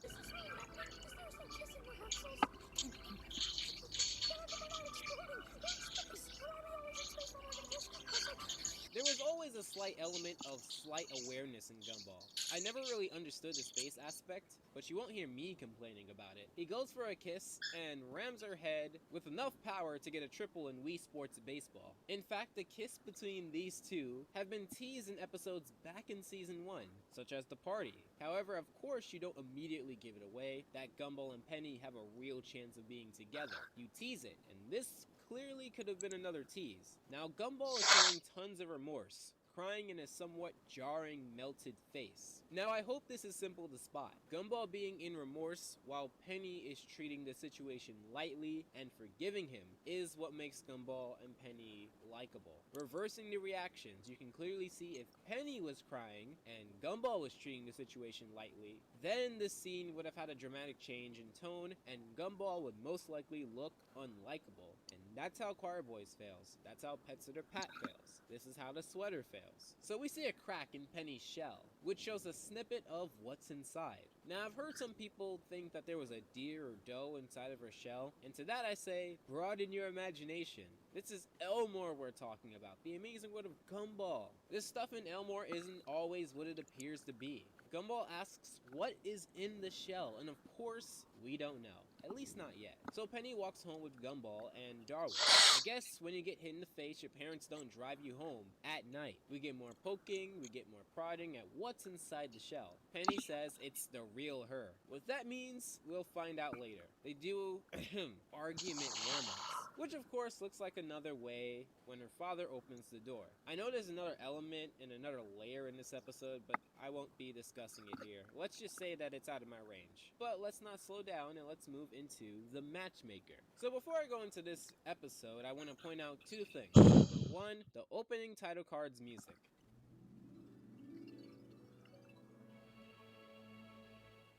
The heart being a choice of Cupid, Cupid being love, setting up the inherent problem and theme of the episode. Number two, this opening scene. Originally, I was going to plan to go over this scene as something not important, but then I thought to myself, why would an open window be chosen for the beginning scene? Why not just go into the scene with Darwin and the computer? Well, I decided to take a shot at this. Ever since the episode Halloween, we saw Darwin and Carrie share a kiss, but after that, nothing more. With each and every episode, when Darwin and Carrie were in the same frame, nothing was shown, nothing was shared, heck, nothing was even implied. It left a question. What the heck was that scene in Halloween all about? And this is the open window, because that question has never been answered. The question is the open window, and in this episode, it will be shut.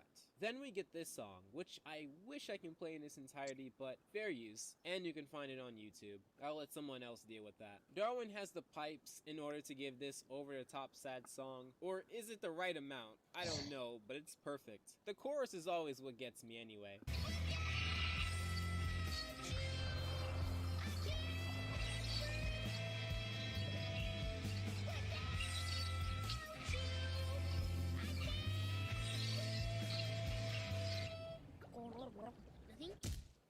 Summer's new show has JB Smooth feeling blue. The password is Smurf.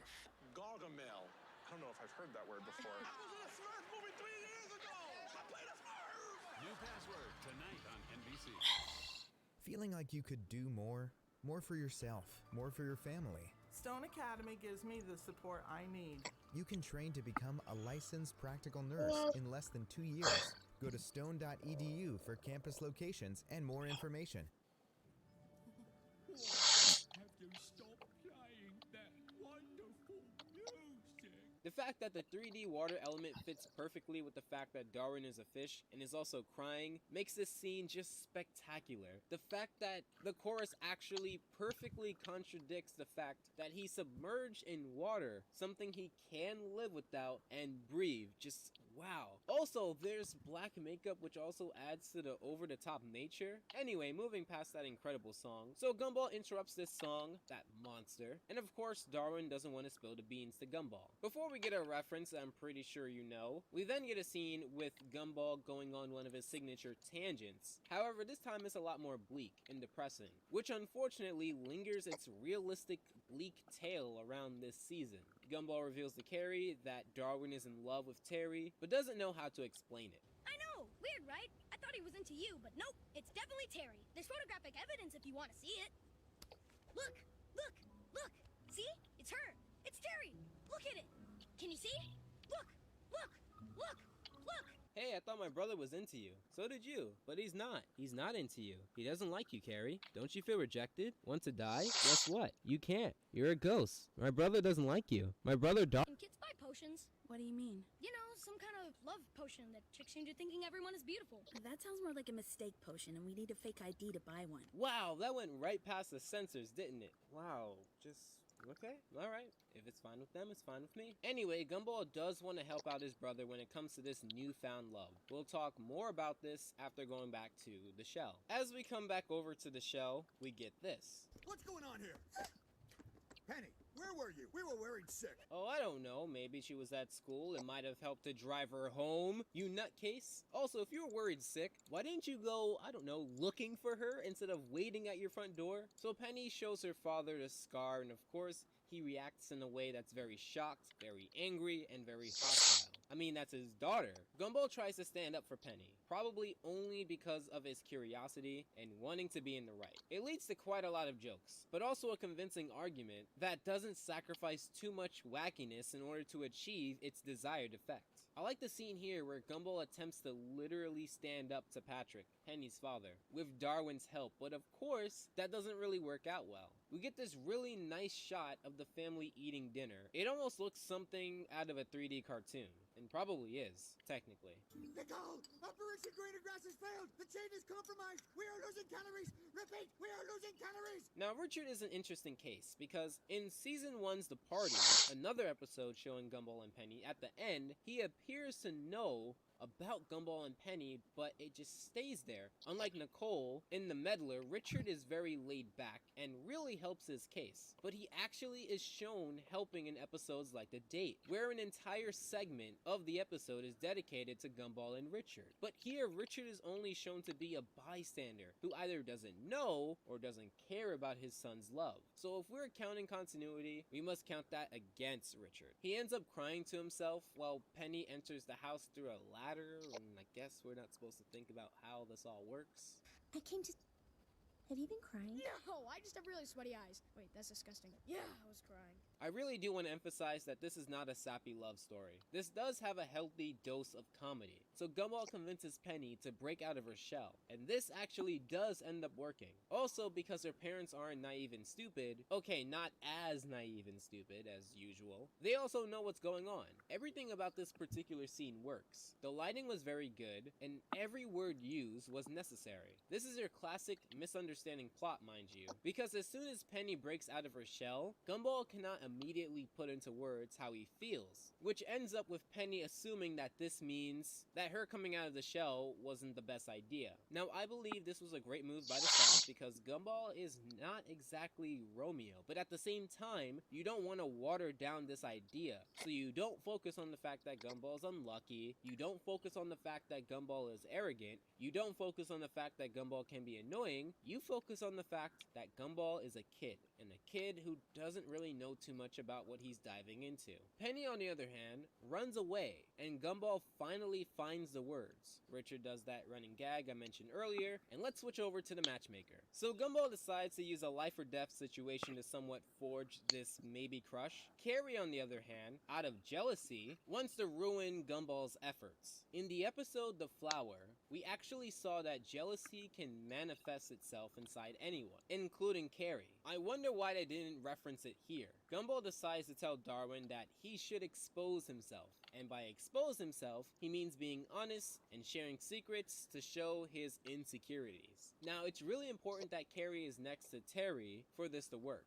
He goes over saying a lot of things and blushing. I don't want to forget to mention this, but this episode has a lot of blushing. The shell, on the other hand, not too much, if at all. Then again, in the party, Gumball turned fully red when his dad implied that he knew about everything. He walks in kind of funny, and we see that although Terry thinks the situation was weird, Carrie is actually not taking the news the best. And honestly, can you blame her? In fact, in the next scene, they address just that. We secretly marry them online and hope that Terry's love will grow over time. Great plan. Thank you. If C stands for seriously stupid. That's not how you spell serious, so that doesn't even work. And we're not at Plan S yet, so shh. That starts with an S. It's something about this scene that's missing that early Gumball charm. I'm not too sure what it is, but I feel like if they told this same joke in the style of an earlier episode, it would have hit home better. But anyway, Carrie is disappointed in herself because she has a morality in this episode. In some episodes she does, in some episodes she doesn't, but she's a kid, and I think that's not the worst thing in the world to be a wild card. She's disappointed in herself for obstructing true love. She wouldn't want someone else to do that to her if she was in Terry's position. Gumball drops the act that he had throughout a lot of this episode and actually shows care for the situation. This scene is like the arguing scene in the shell, where it's very integral to the story. I really do enjoy the care they're putting into giving each character motivation. It really does make me engrossed in the story and wanting to see more.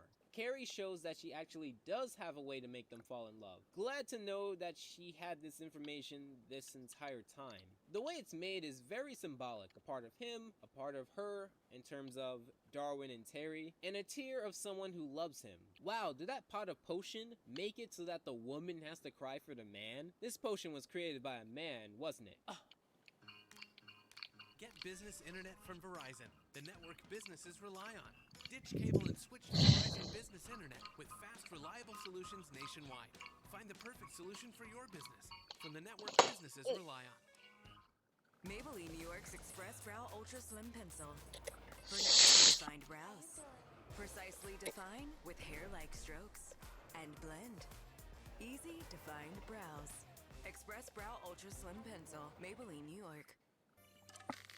Wait, what are you doing? Well, I thought it would be more romantic than putting it in their drinks when they're not looking. Wow, first ecstasy, now roofies? What's next? Viagra? That's pretty hard to do. So we get a few pretty funny jokes, funnier than mine at least, and we learn something integral. Oh, that's not a photo of Terry. It's of Carrie. But she doesn't show up on film. What? Yeah, she used to be the girl in my dreams. Yeah, that was never Terry in the first place. Great twist. I know in this review it's been spoiled since the introduction, but watching this for the first time, this could have really taken you by surprise. I mean, Darwin and Terry, that could have been girl number 5 for him. It's quite the twist. Now let's go back over to the shell and finish it off. Coming back over to the shell, we're in the final stretch. Gumball decides to chase after Penny. She turns into the emotion she feels like, whether it's embarrassment or anger or anything in between really. Gumball gets another chance, but is out of breath. Penny takes out her newly found frustrations on this car. Jackie, this female here, tells Harold to do something which is weird. He was never depicted to be brave, and I would think that she knows this. She pretty much insults Penny, but she won't be the only one. Her own father comes into the picture. Oh wow, so you do have a car. Nice to know that you have one. Next time when you're worried sick about your daughter at night, you might want to use it. But of course, like Jackie, he does nothing but insult Penny, who in all fairness, doesn't look her best, but that's only because of her current emotion at the moment. Gumball does stand up to Patrick again, but in a more serious way, and he takes it quite well for a child scolding an adult for how he parents his own daughter. But everything he says is right, despite it being uncomfortably brief. His intentions are also right, but I'll assume you know that, and that's obvious. Now, the following is probably one of my favorite sequences of the series. I don't want to spoil too much of it, but I'm sure everyone here probably wants me to talk about... Is it pornography? Or is it an orange being peeled, for lack of a better word? Well, like my pizza baby scenes like this all depends on your mind frame about the subject. I'm sure both answers are technically correct. They get to a point where Gumball becomes a ball of weight on Penny, and she really can't fly up. So Gumball has to make her small by making her feel small and insignificant in the process. Gumball manages to not get killed, but Penny goes into the forest where she believes she belongs. Her dad tells Gumball to go get her, because if he went to get her, he'd drive home, wait at the front door for her, waiting for her to come back, and I'm not letting that go. Also, the bugs and exterminator. Insert crappy Nickelodeon live-action Dan Snyder laugh track here. Gumball goes looking for Penny, and I have to give the sound design huge props. It's well due. You know, I was trying to protect you back there. Yes, I know. And you know why? Yes, I know why. But just look at me. What will you think when people laugh at us? No offense, you kinda look like a big coconut with holes in it before. It does its job by keeping in the background, but if you listen to it throughout this entire show, it's been one of a kind, and truly elevates this episode to new heights. Penny shows more of her insecurity, which in other episodes was much more of a Gumball thing to do. Whether insecurity or ignorance, Gumball quite often didn't sync with Penny until now. I do like how it took Penny coming out of her shell for Gumball to actually have the guts to come out of his shell, metaphorically. I like how Gumball handles the situation perfectly. I'm also gonna contradict a tiny bit, but I also like how the writers dropped the comedy from the beginning to end. In the beginning, we got a lot of comedies, a lot of jokes being thrown, and we get less and less as the story progresses until the end. And here towards the end, we get less comedy, but the story really wouldn't benefit from it, and it's not as important. All of this is the true essence of why The Amazing World of Gumball is one of my favorite series of all time. But do you really think you could love? That's not what you are. It's just how you feel. And this is how I feel.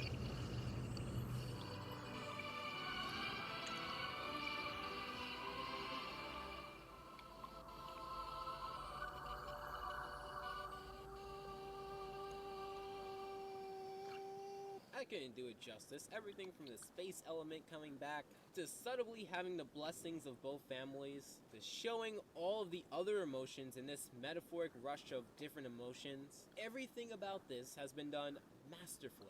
The only pick I have is not towards the scene, but Richard. Like I said, he doesn't really do too much except play the role of explaining the obvious. I think the writer should have put more faith in the audience by not having a slightly comedic ending. We get that two main characters kiss. I know this is not a comedic ending. But nonetheless, this is The Shell, a wonderful episode, and let's go over and finish The Matchmaker. Now let's go back over to The Matchmaker. We have Gumball call Carrie in a way that she was called in a previous episode, which then brings the question of how come that continuity is brought over, but not many other things. Gumball lets Carrie know that Darwin was really into her, not Terry, and that love potion was never really meant to be. This is explained with how Carrie never shows up in photos. That same photo Gumball jammed into Carrie's face earlier, if she only looked and looked closely, maybe this all would have been solved. As you can see, this is also a misunderstanding plot. So they go into montage to break the potion. Apparently, this potion can't be broken with another potion. Good thing Gumball had good luck in this episode, or this would have been a lot darker. So they try marriage and cheating and whatever they can think of to split the two magically bound lovebirds. And nothing works because I think Carrie forgot that this is a magic spell, not a regular relationship. But since this episode was already so good, I wouldn't hold it past this. They have a really, really funny joke with Richard before Terry approaches Darwin. Apparently she has cooties, which, okay. Rachel, Carrie, Gumbo. Okay, what's up with you guys?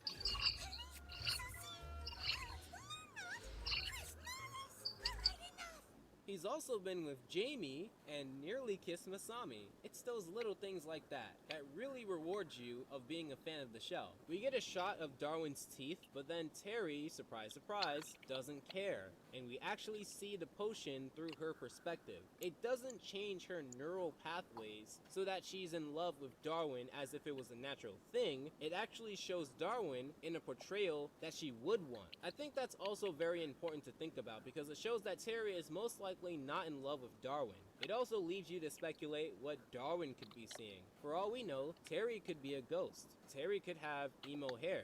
Terry could be Carrie. I fully stand by that. But no more stalling. Time to show you all what you've all been waiting ever so patiently for.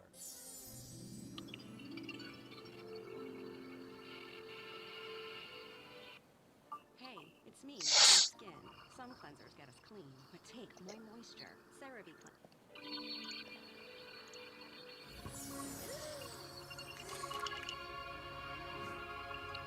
Hey, so would you like to go out somewhere sometime and do something? Or we could go somewhere else sometime and do some other thing.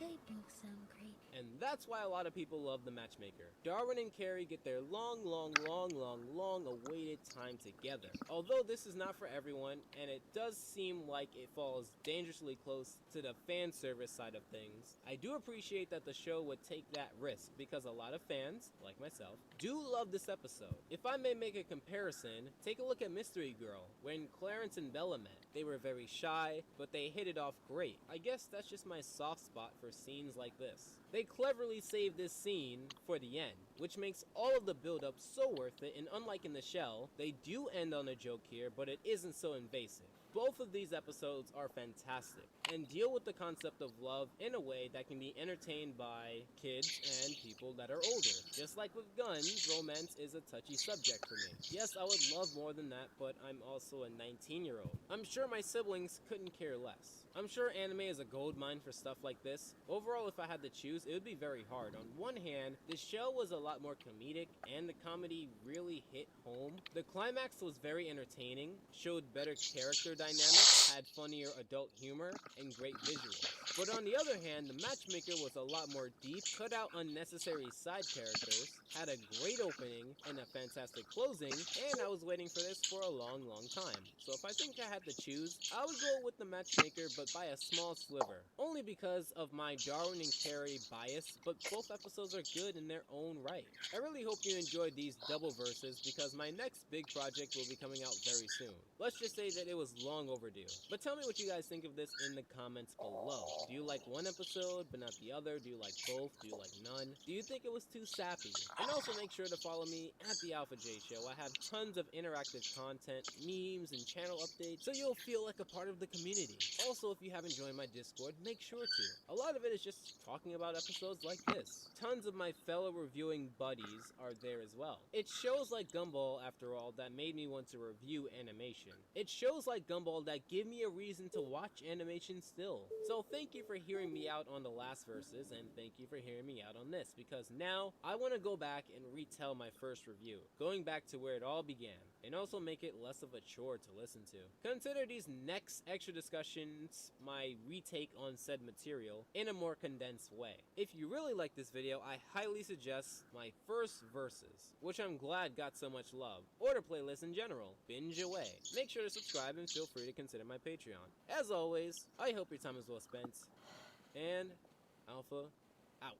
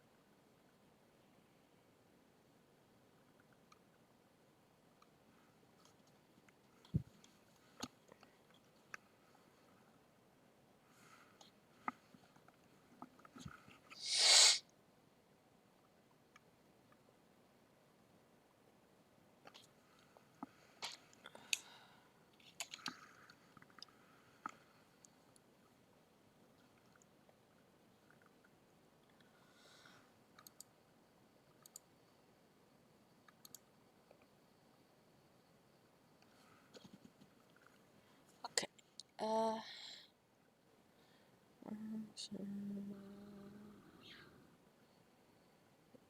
Evolved.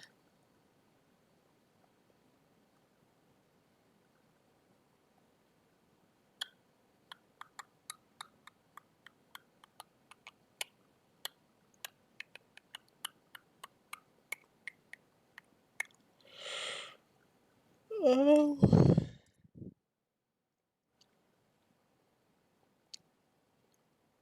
Toggle.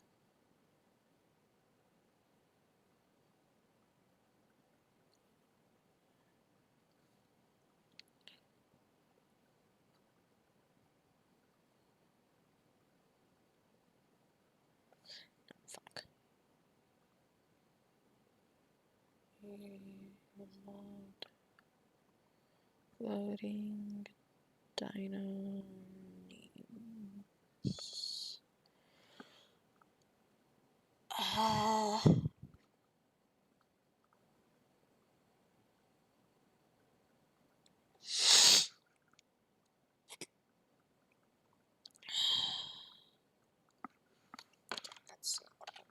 on.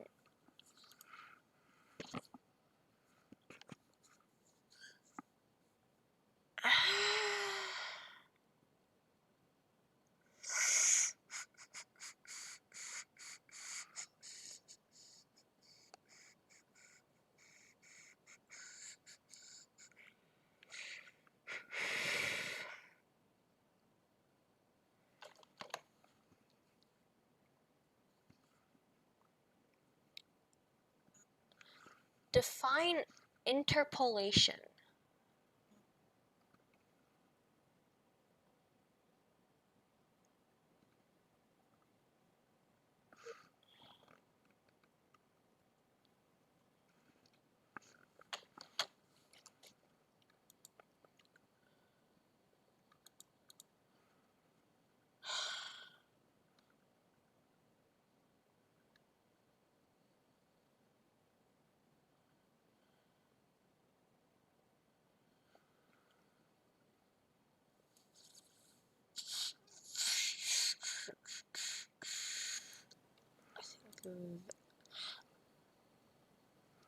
Ow.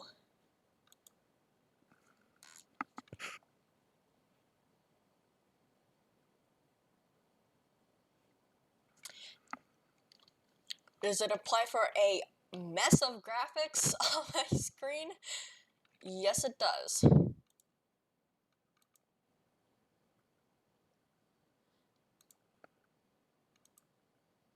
And yet, on the other hand,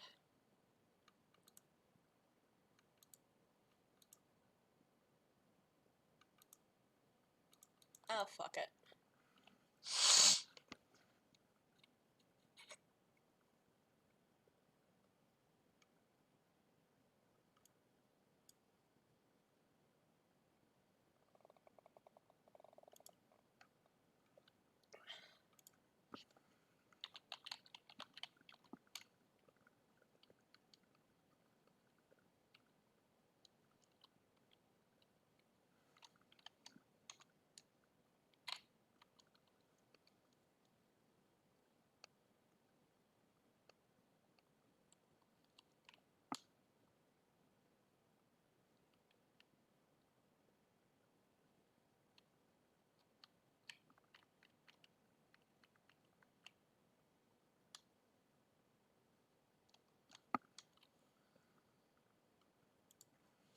Breathe in and wonder, is this helping?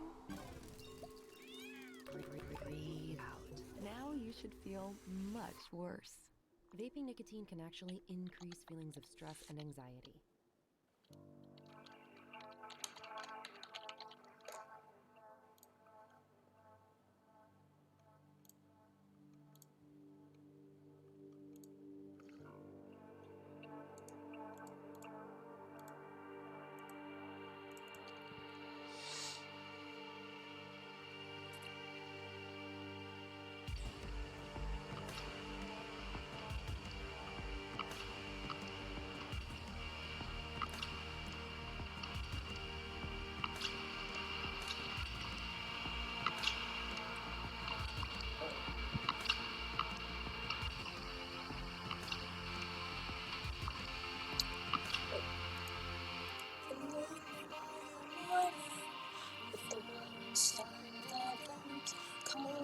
Cause I can barely breathe. Oh, I can feel the change in me. I can feel the music in me. You're born just to believe.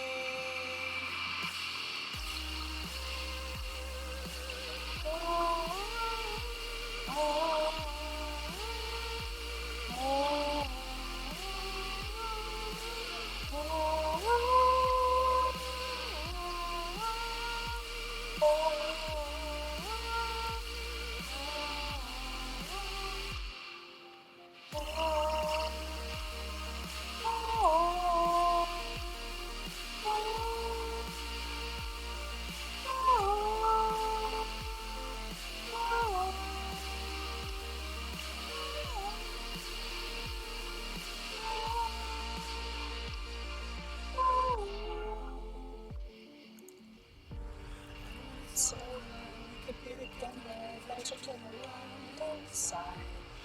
can see clear, I can see clear. I'll never be afraid to die again.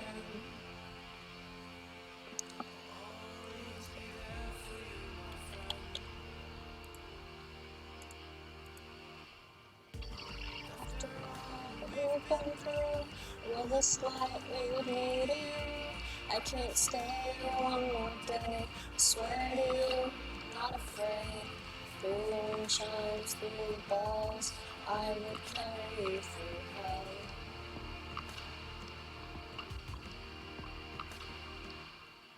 In the wind, lying, with the wind starting like this, coming out 'cause I can barely breathe.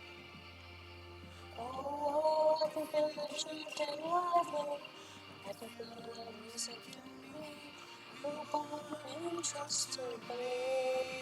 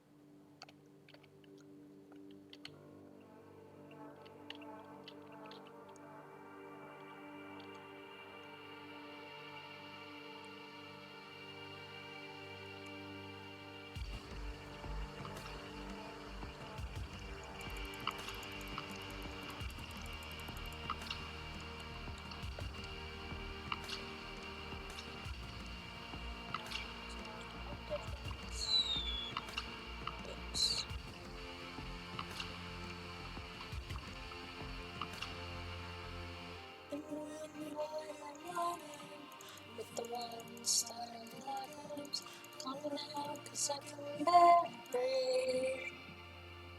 Oh, I can feel it chanting lovely, I can feel that music in me, we're born in trust to believe.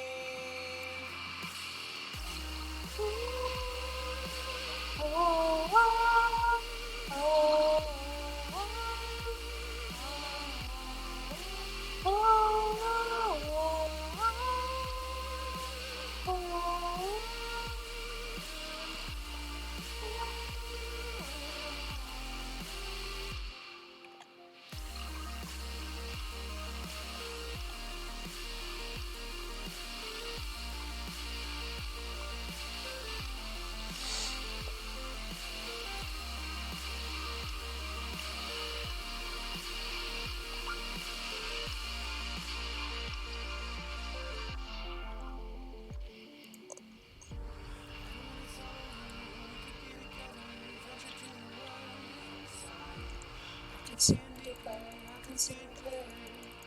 Never be afraid to die again. Always be there for you, my friend. After all we've been through, will this light lead me to you? I can't stay here one more day, I swear to you, I'm not afraid. Through the wind chimes, through the bells, I would carry you through hell.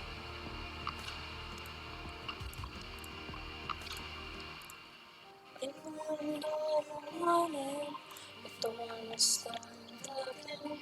Call me now, 'cause I can barely breathe. Oh, I can feel the chanting lovely. I can feel the music in me. You're born and trust to believe.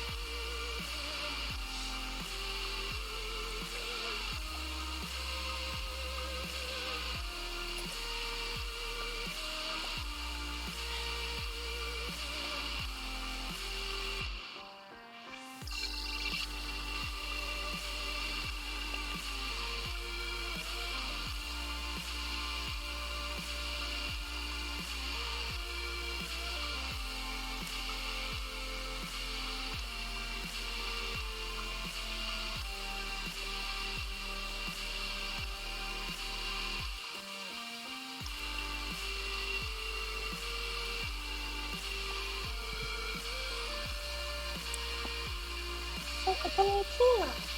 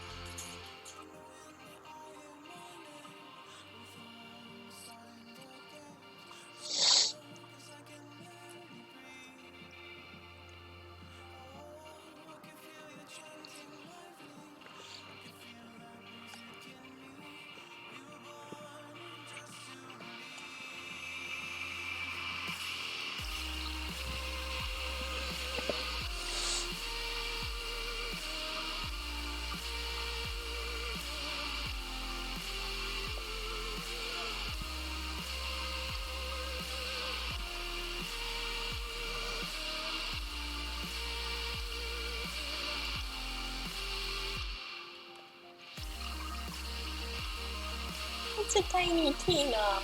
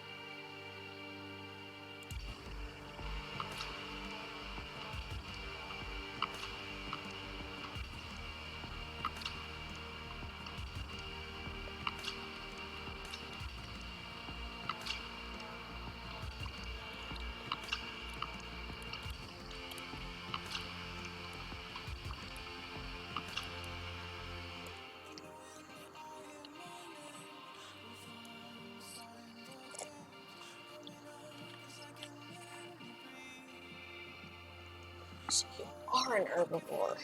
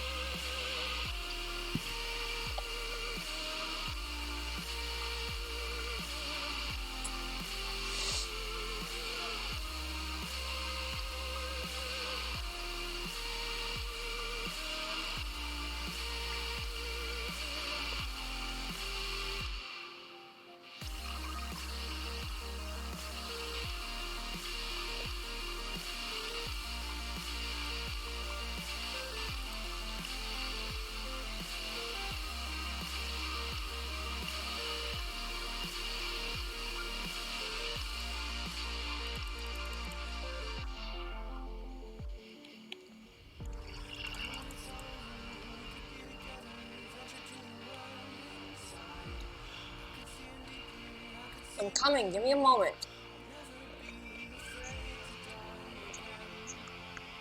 Right. Still not interested, but thank you for thinking of me. I'm sorry that I hadn't seen the message sooner and I was able to, you know, save you that money by having you knock at the nuggets.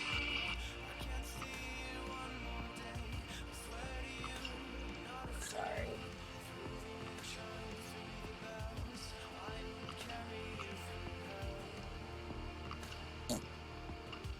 Okay, back. Fuck you.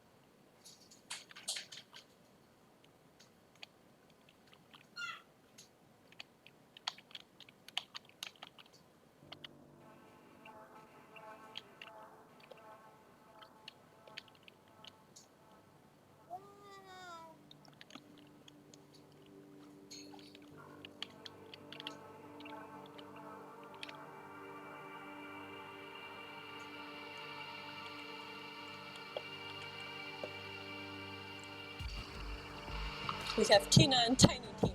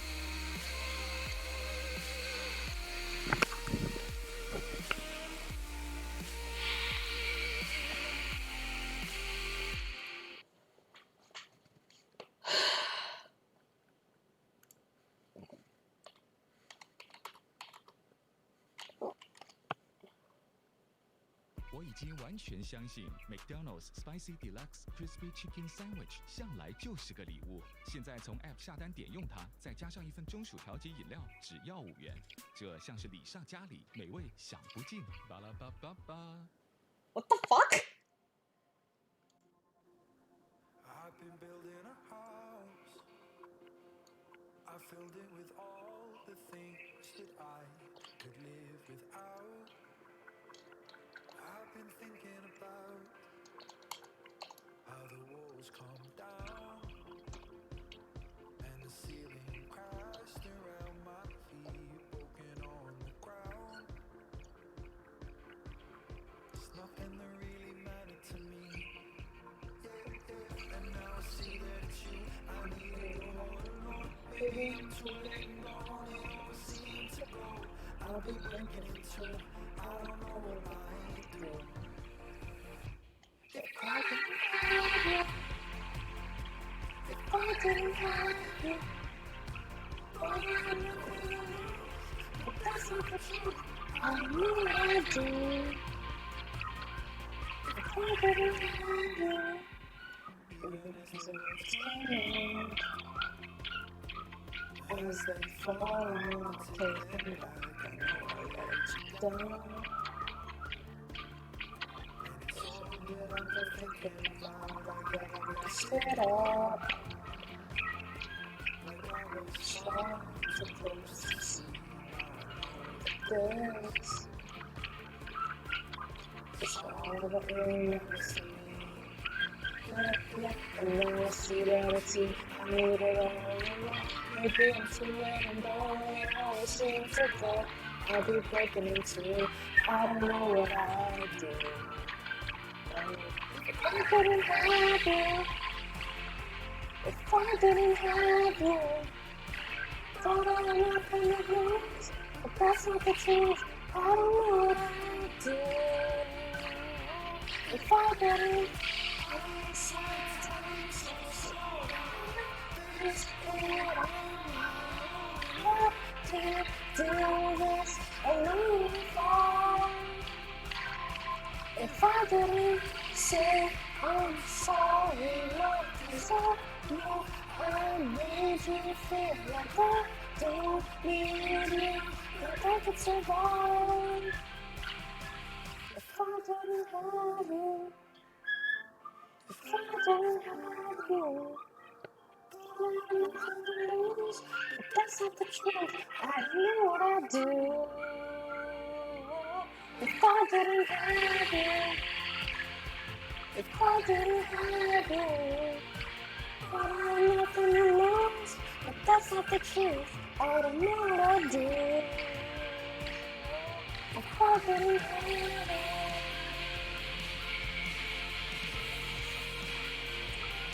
if I didn't have you,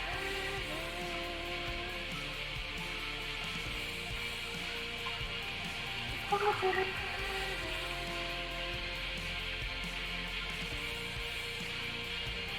if I didn't have you.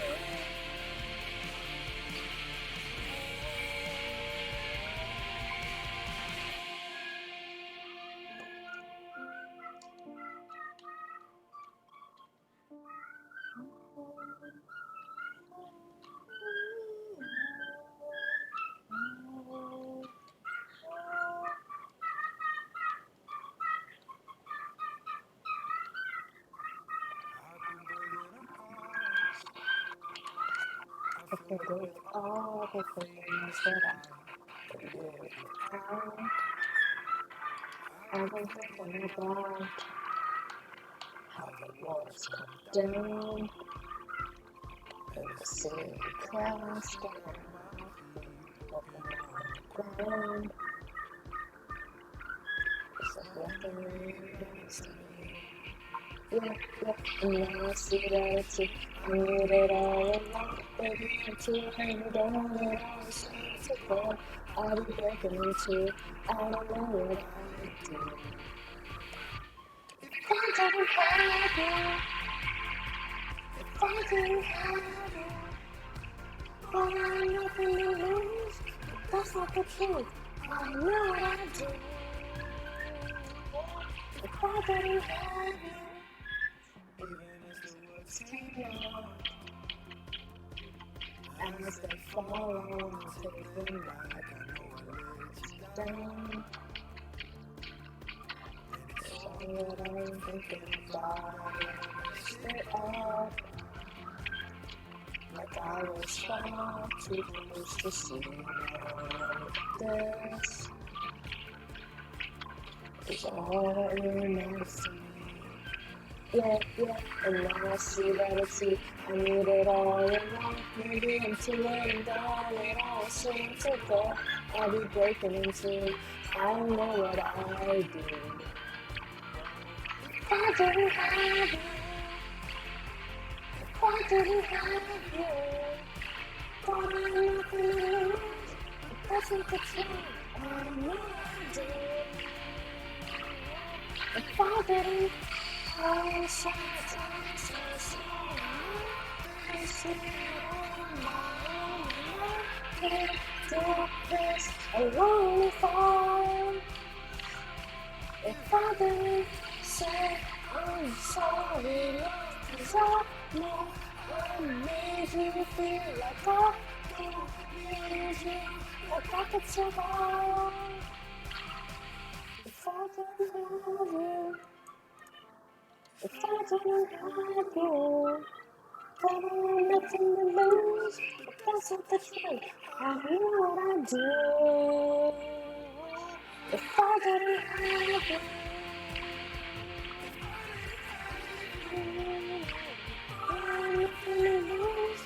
that's not the truth. I know what I do. If I didn't have you,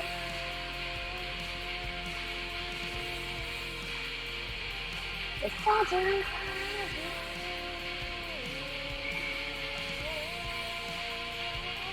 if I didn't have you,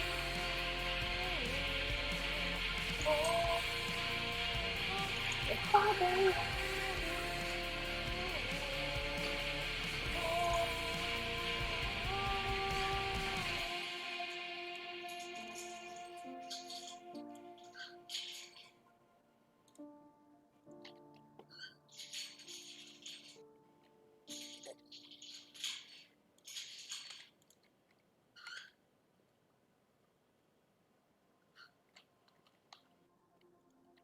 I've been building a house.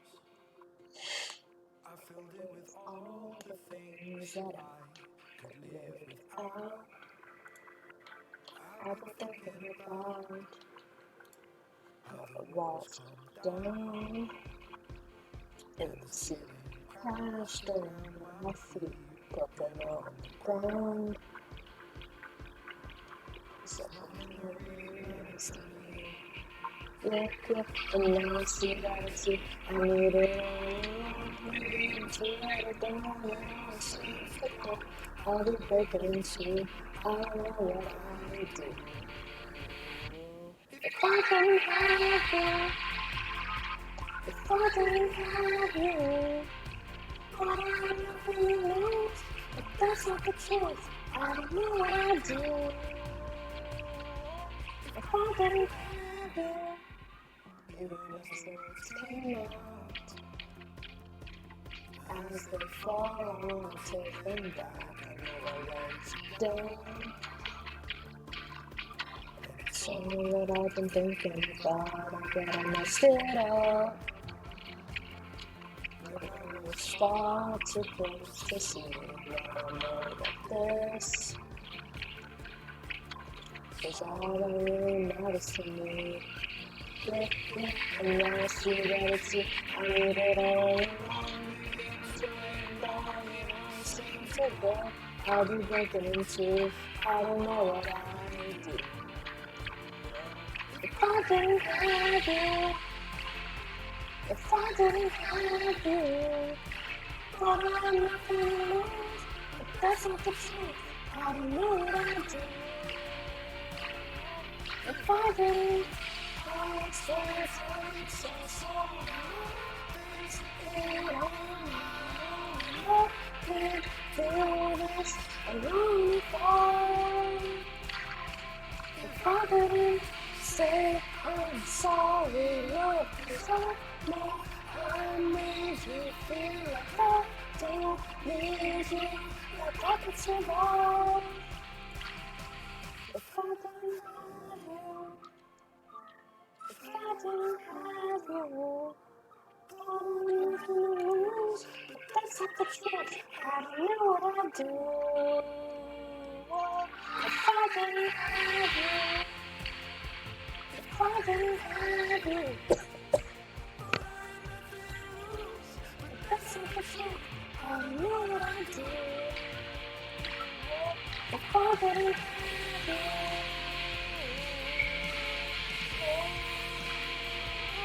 If I didn't have you.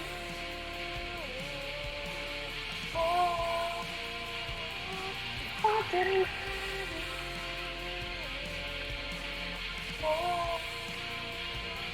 If I didn't have you.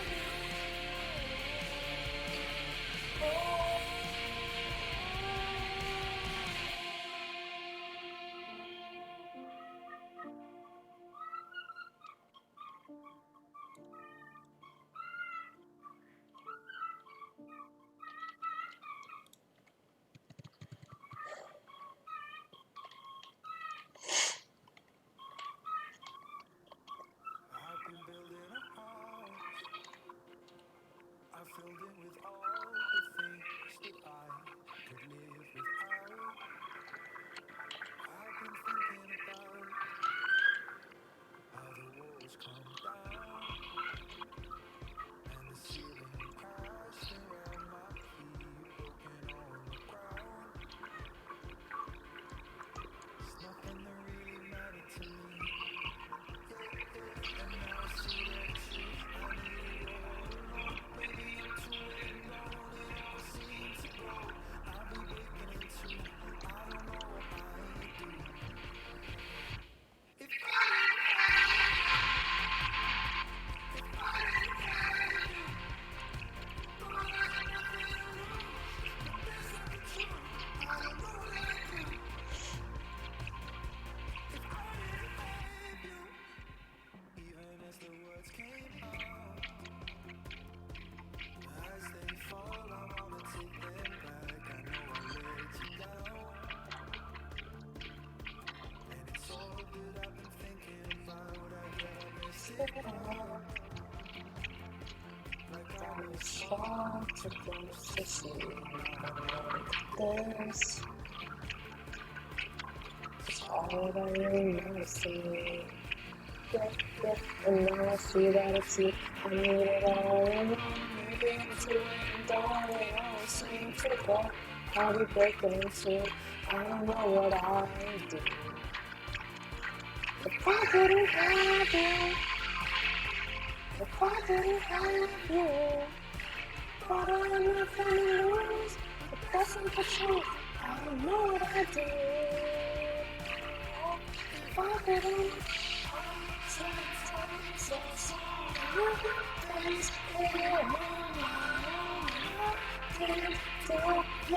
Alone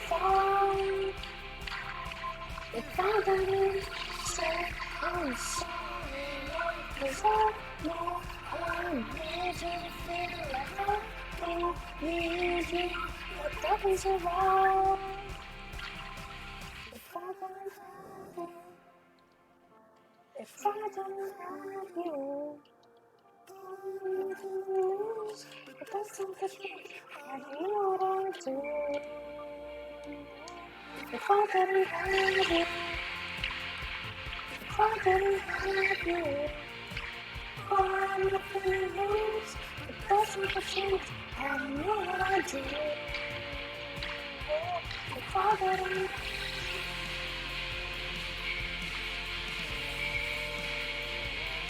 If I didn't.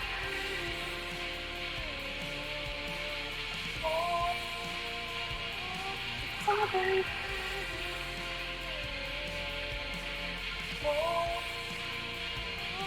Father,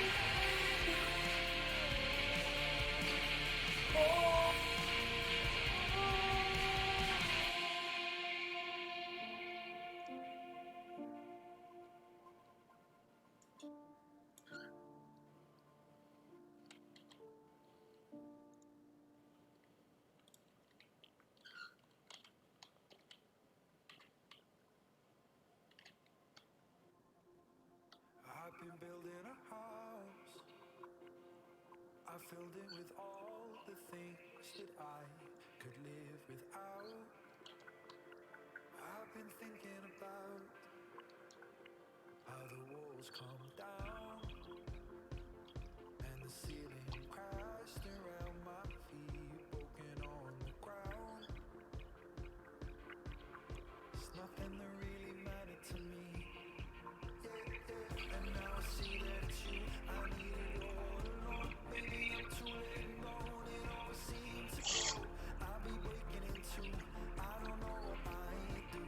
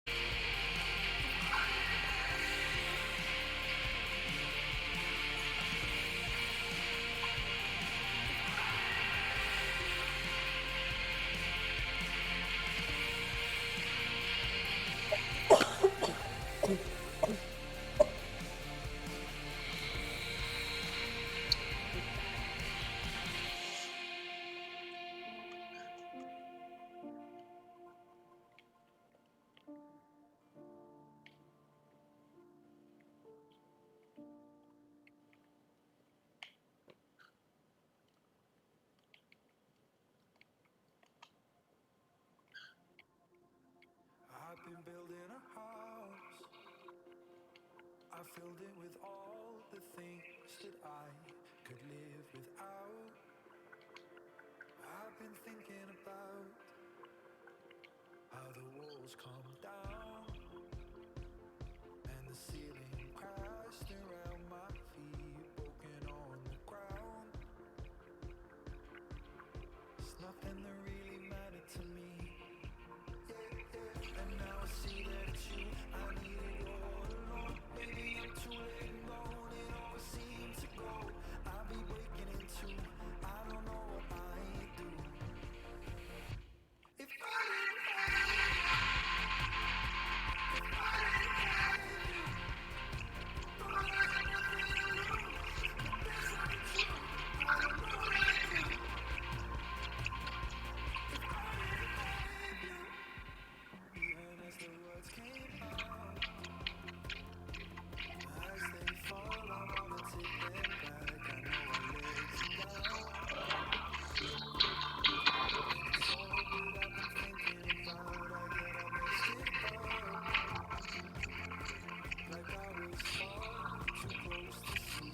Now I know this. All that really matters to me. And now I see that it's you. I needed all along. Maybe I'm too late and gone. It always seemed to go. I'll be breaking into, I don't know what I do. If I didn't have you, if I didn't have you, oh, I got nothing to lose. But that's not the truth, I don't know what I do. If I didn't, I look so tight, so sold out. This it on my own, and I can't do this alone without.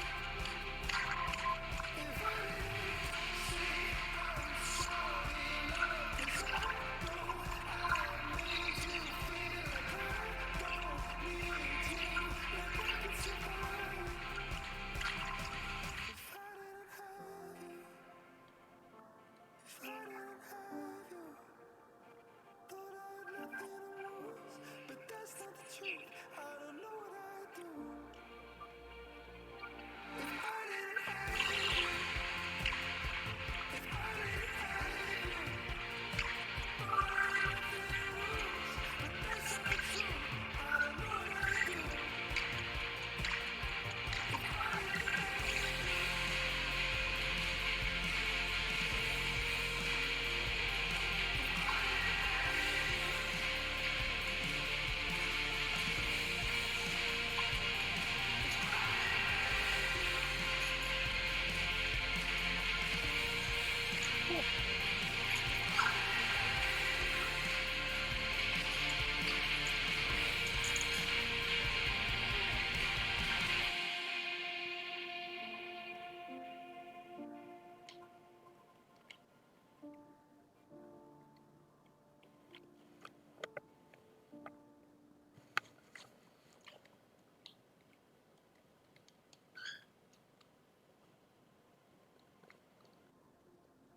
I've been building a house.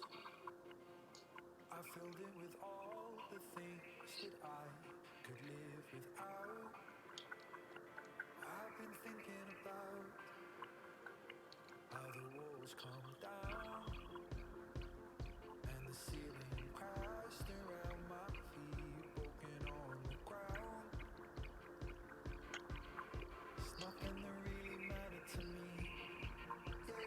And now I see that it's you I needed all along. Maybe I'm too late and gone, it always seems to go. I'll be breaking into, I don't know what I do. If I didn't have you,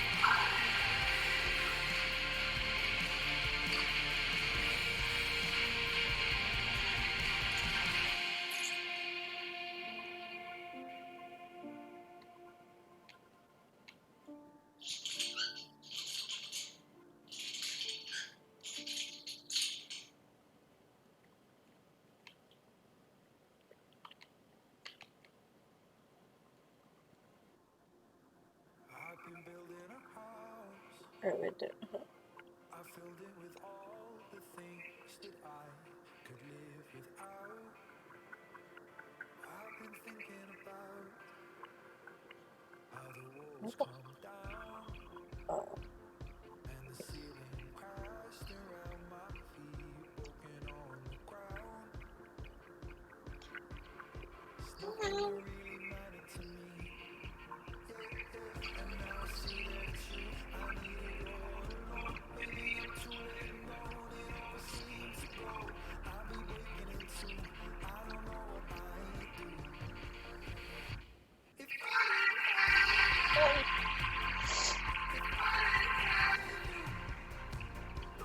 I didn't have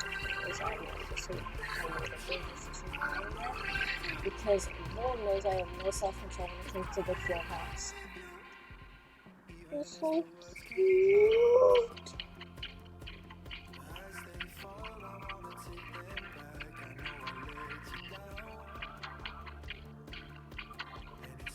I feel like if you sit on the platform as well, I would just be just as pleased about that.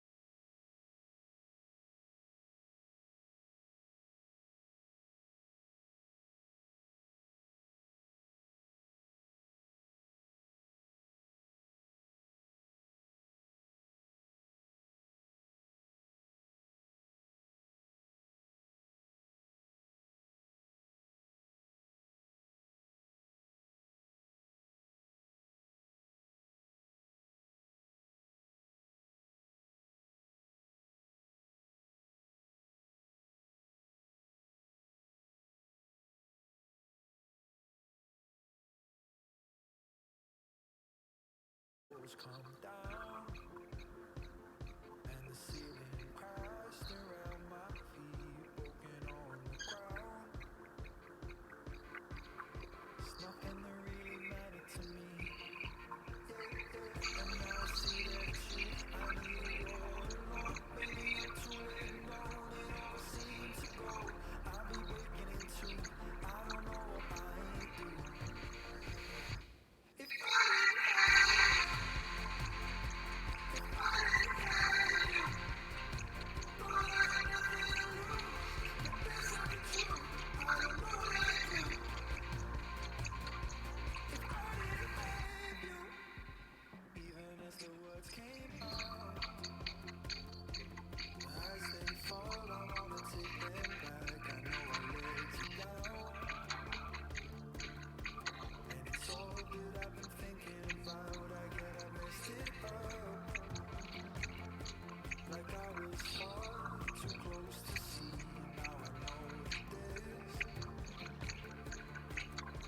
all that really matters to me. And now I see that it's you, I need it all along. Maybe I'm too late now, it all seems to go. I'll be breaking in two, I don't know what I do. If I didn't have you, if I didn't have you, thought I had nothing to lose. But that's not the truth, I don't know what I do. If I didn't, I'm so tired, so strong. This it all on my own, and I can't do this alone. If I didn't say I'm sorry, love, 'cause I know I made you feel like I don't need you, but that's fine. If I didn't have you, if I didn't have you, thought I had nothing to lose, but that's not the truth. I don't know what I do. If I didn't have you, if I didn't have you, thought I had nothing to lose, but that's not the truth. I don't know what I do. If I didn't have you.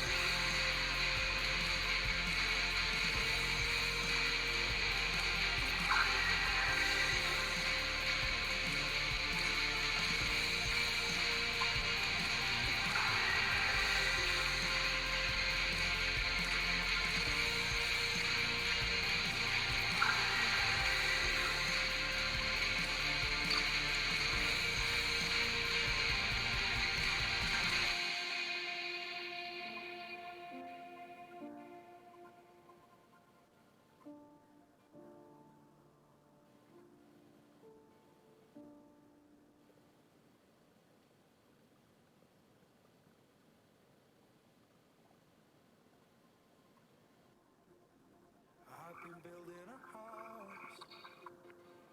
I filled it with all the things that I could live without. I've been thinking about how the walls come down and the ceiling crashed around my feet, broken on the ground. It's nothing that really mattered to me. And now I see that it's you, I need it all along. Maybe I'm too late now, it all seems to go. I'll be breaking in two, I don't know what I do.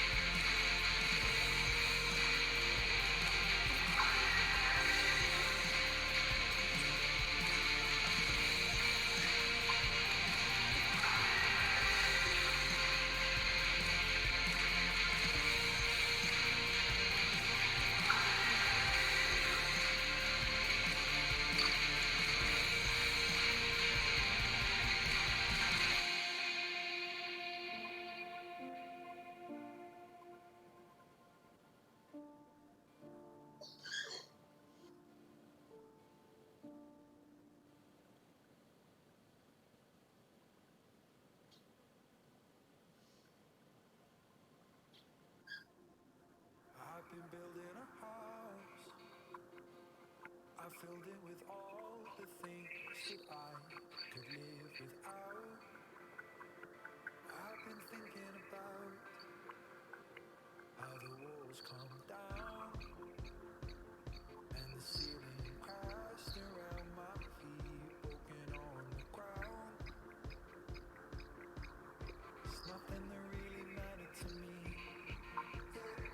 And now I see that it's you. I need it all along. Maybe I'm too late and gone. It all seems to go. I'll be breaking in two. I don't know what I do. If I didn't have you,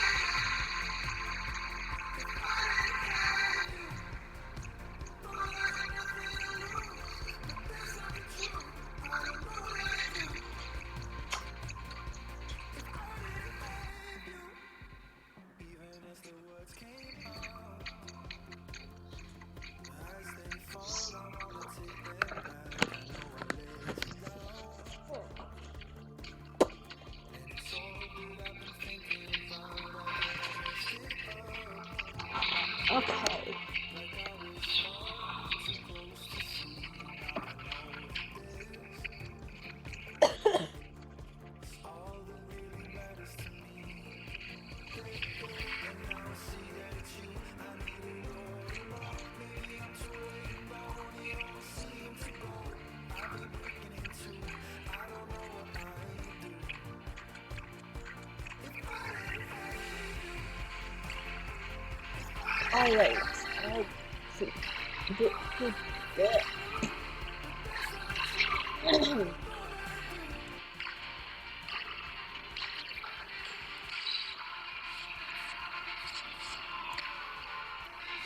I'll be playing that after this one finishes.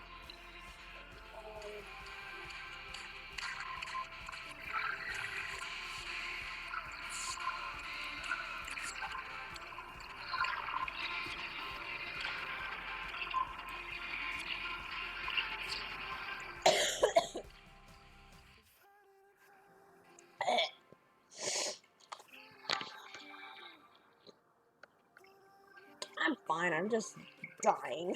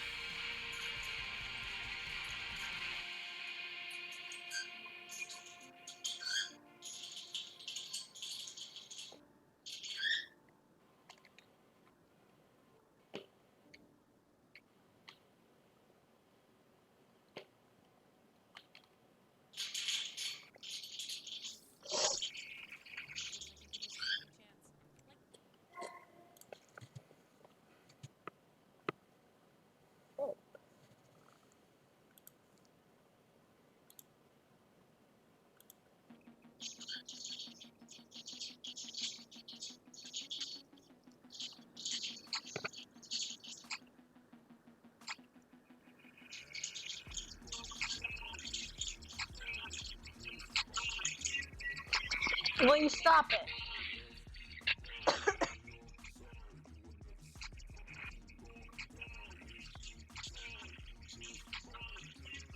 Hey! Stop.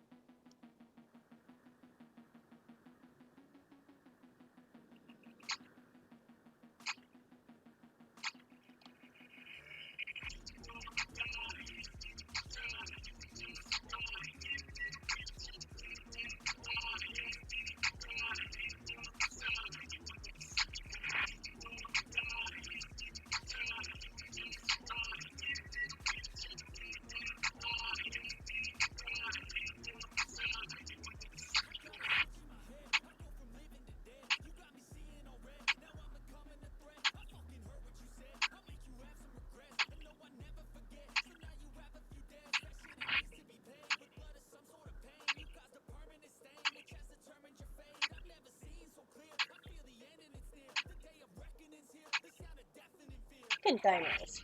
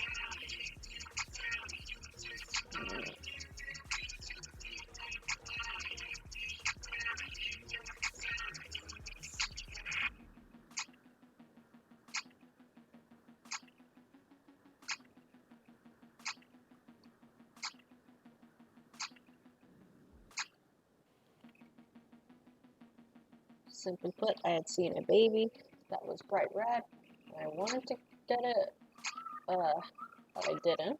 I held off on that. And I can't find it. But you know what? That's okay. I'll scrub through the footage later.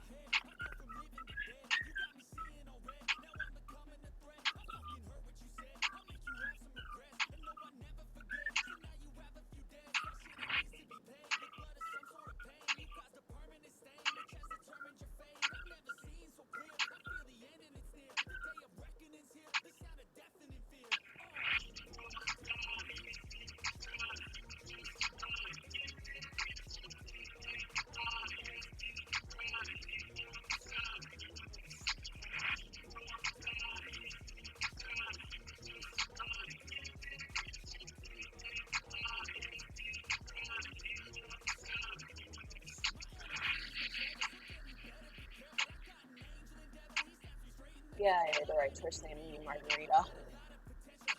Ooh, sassy girl.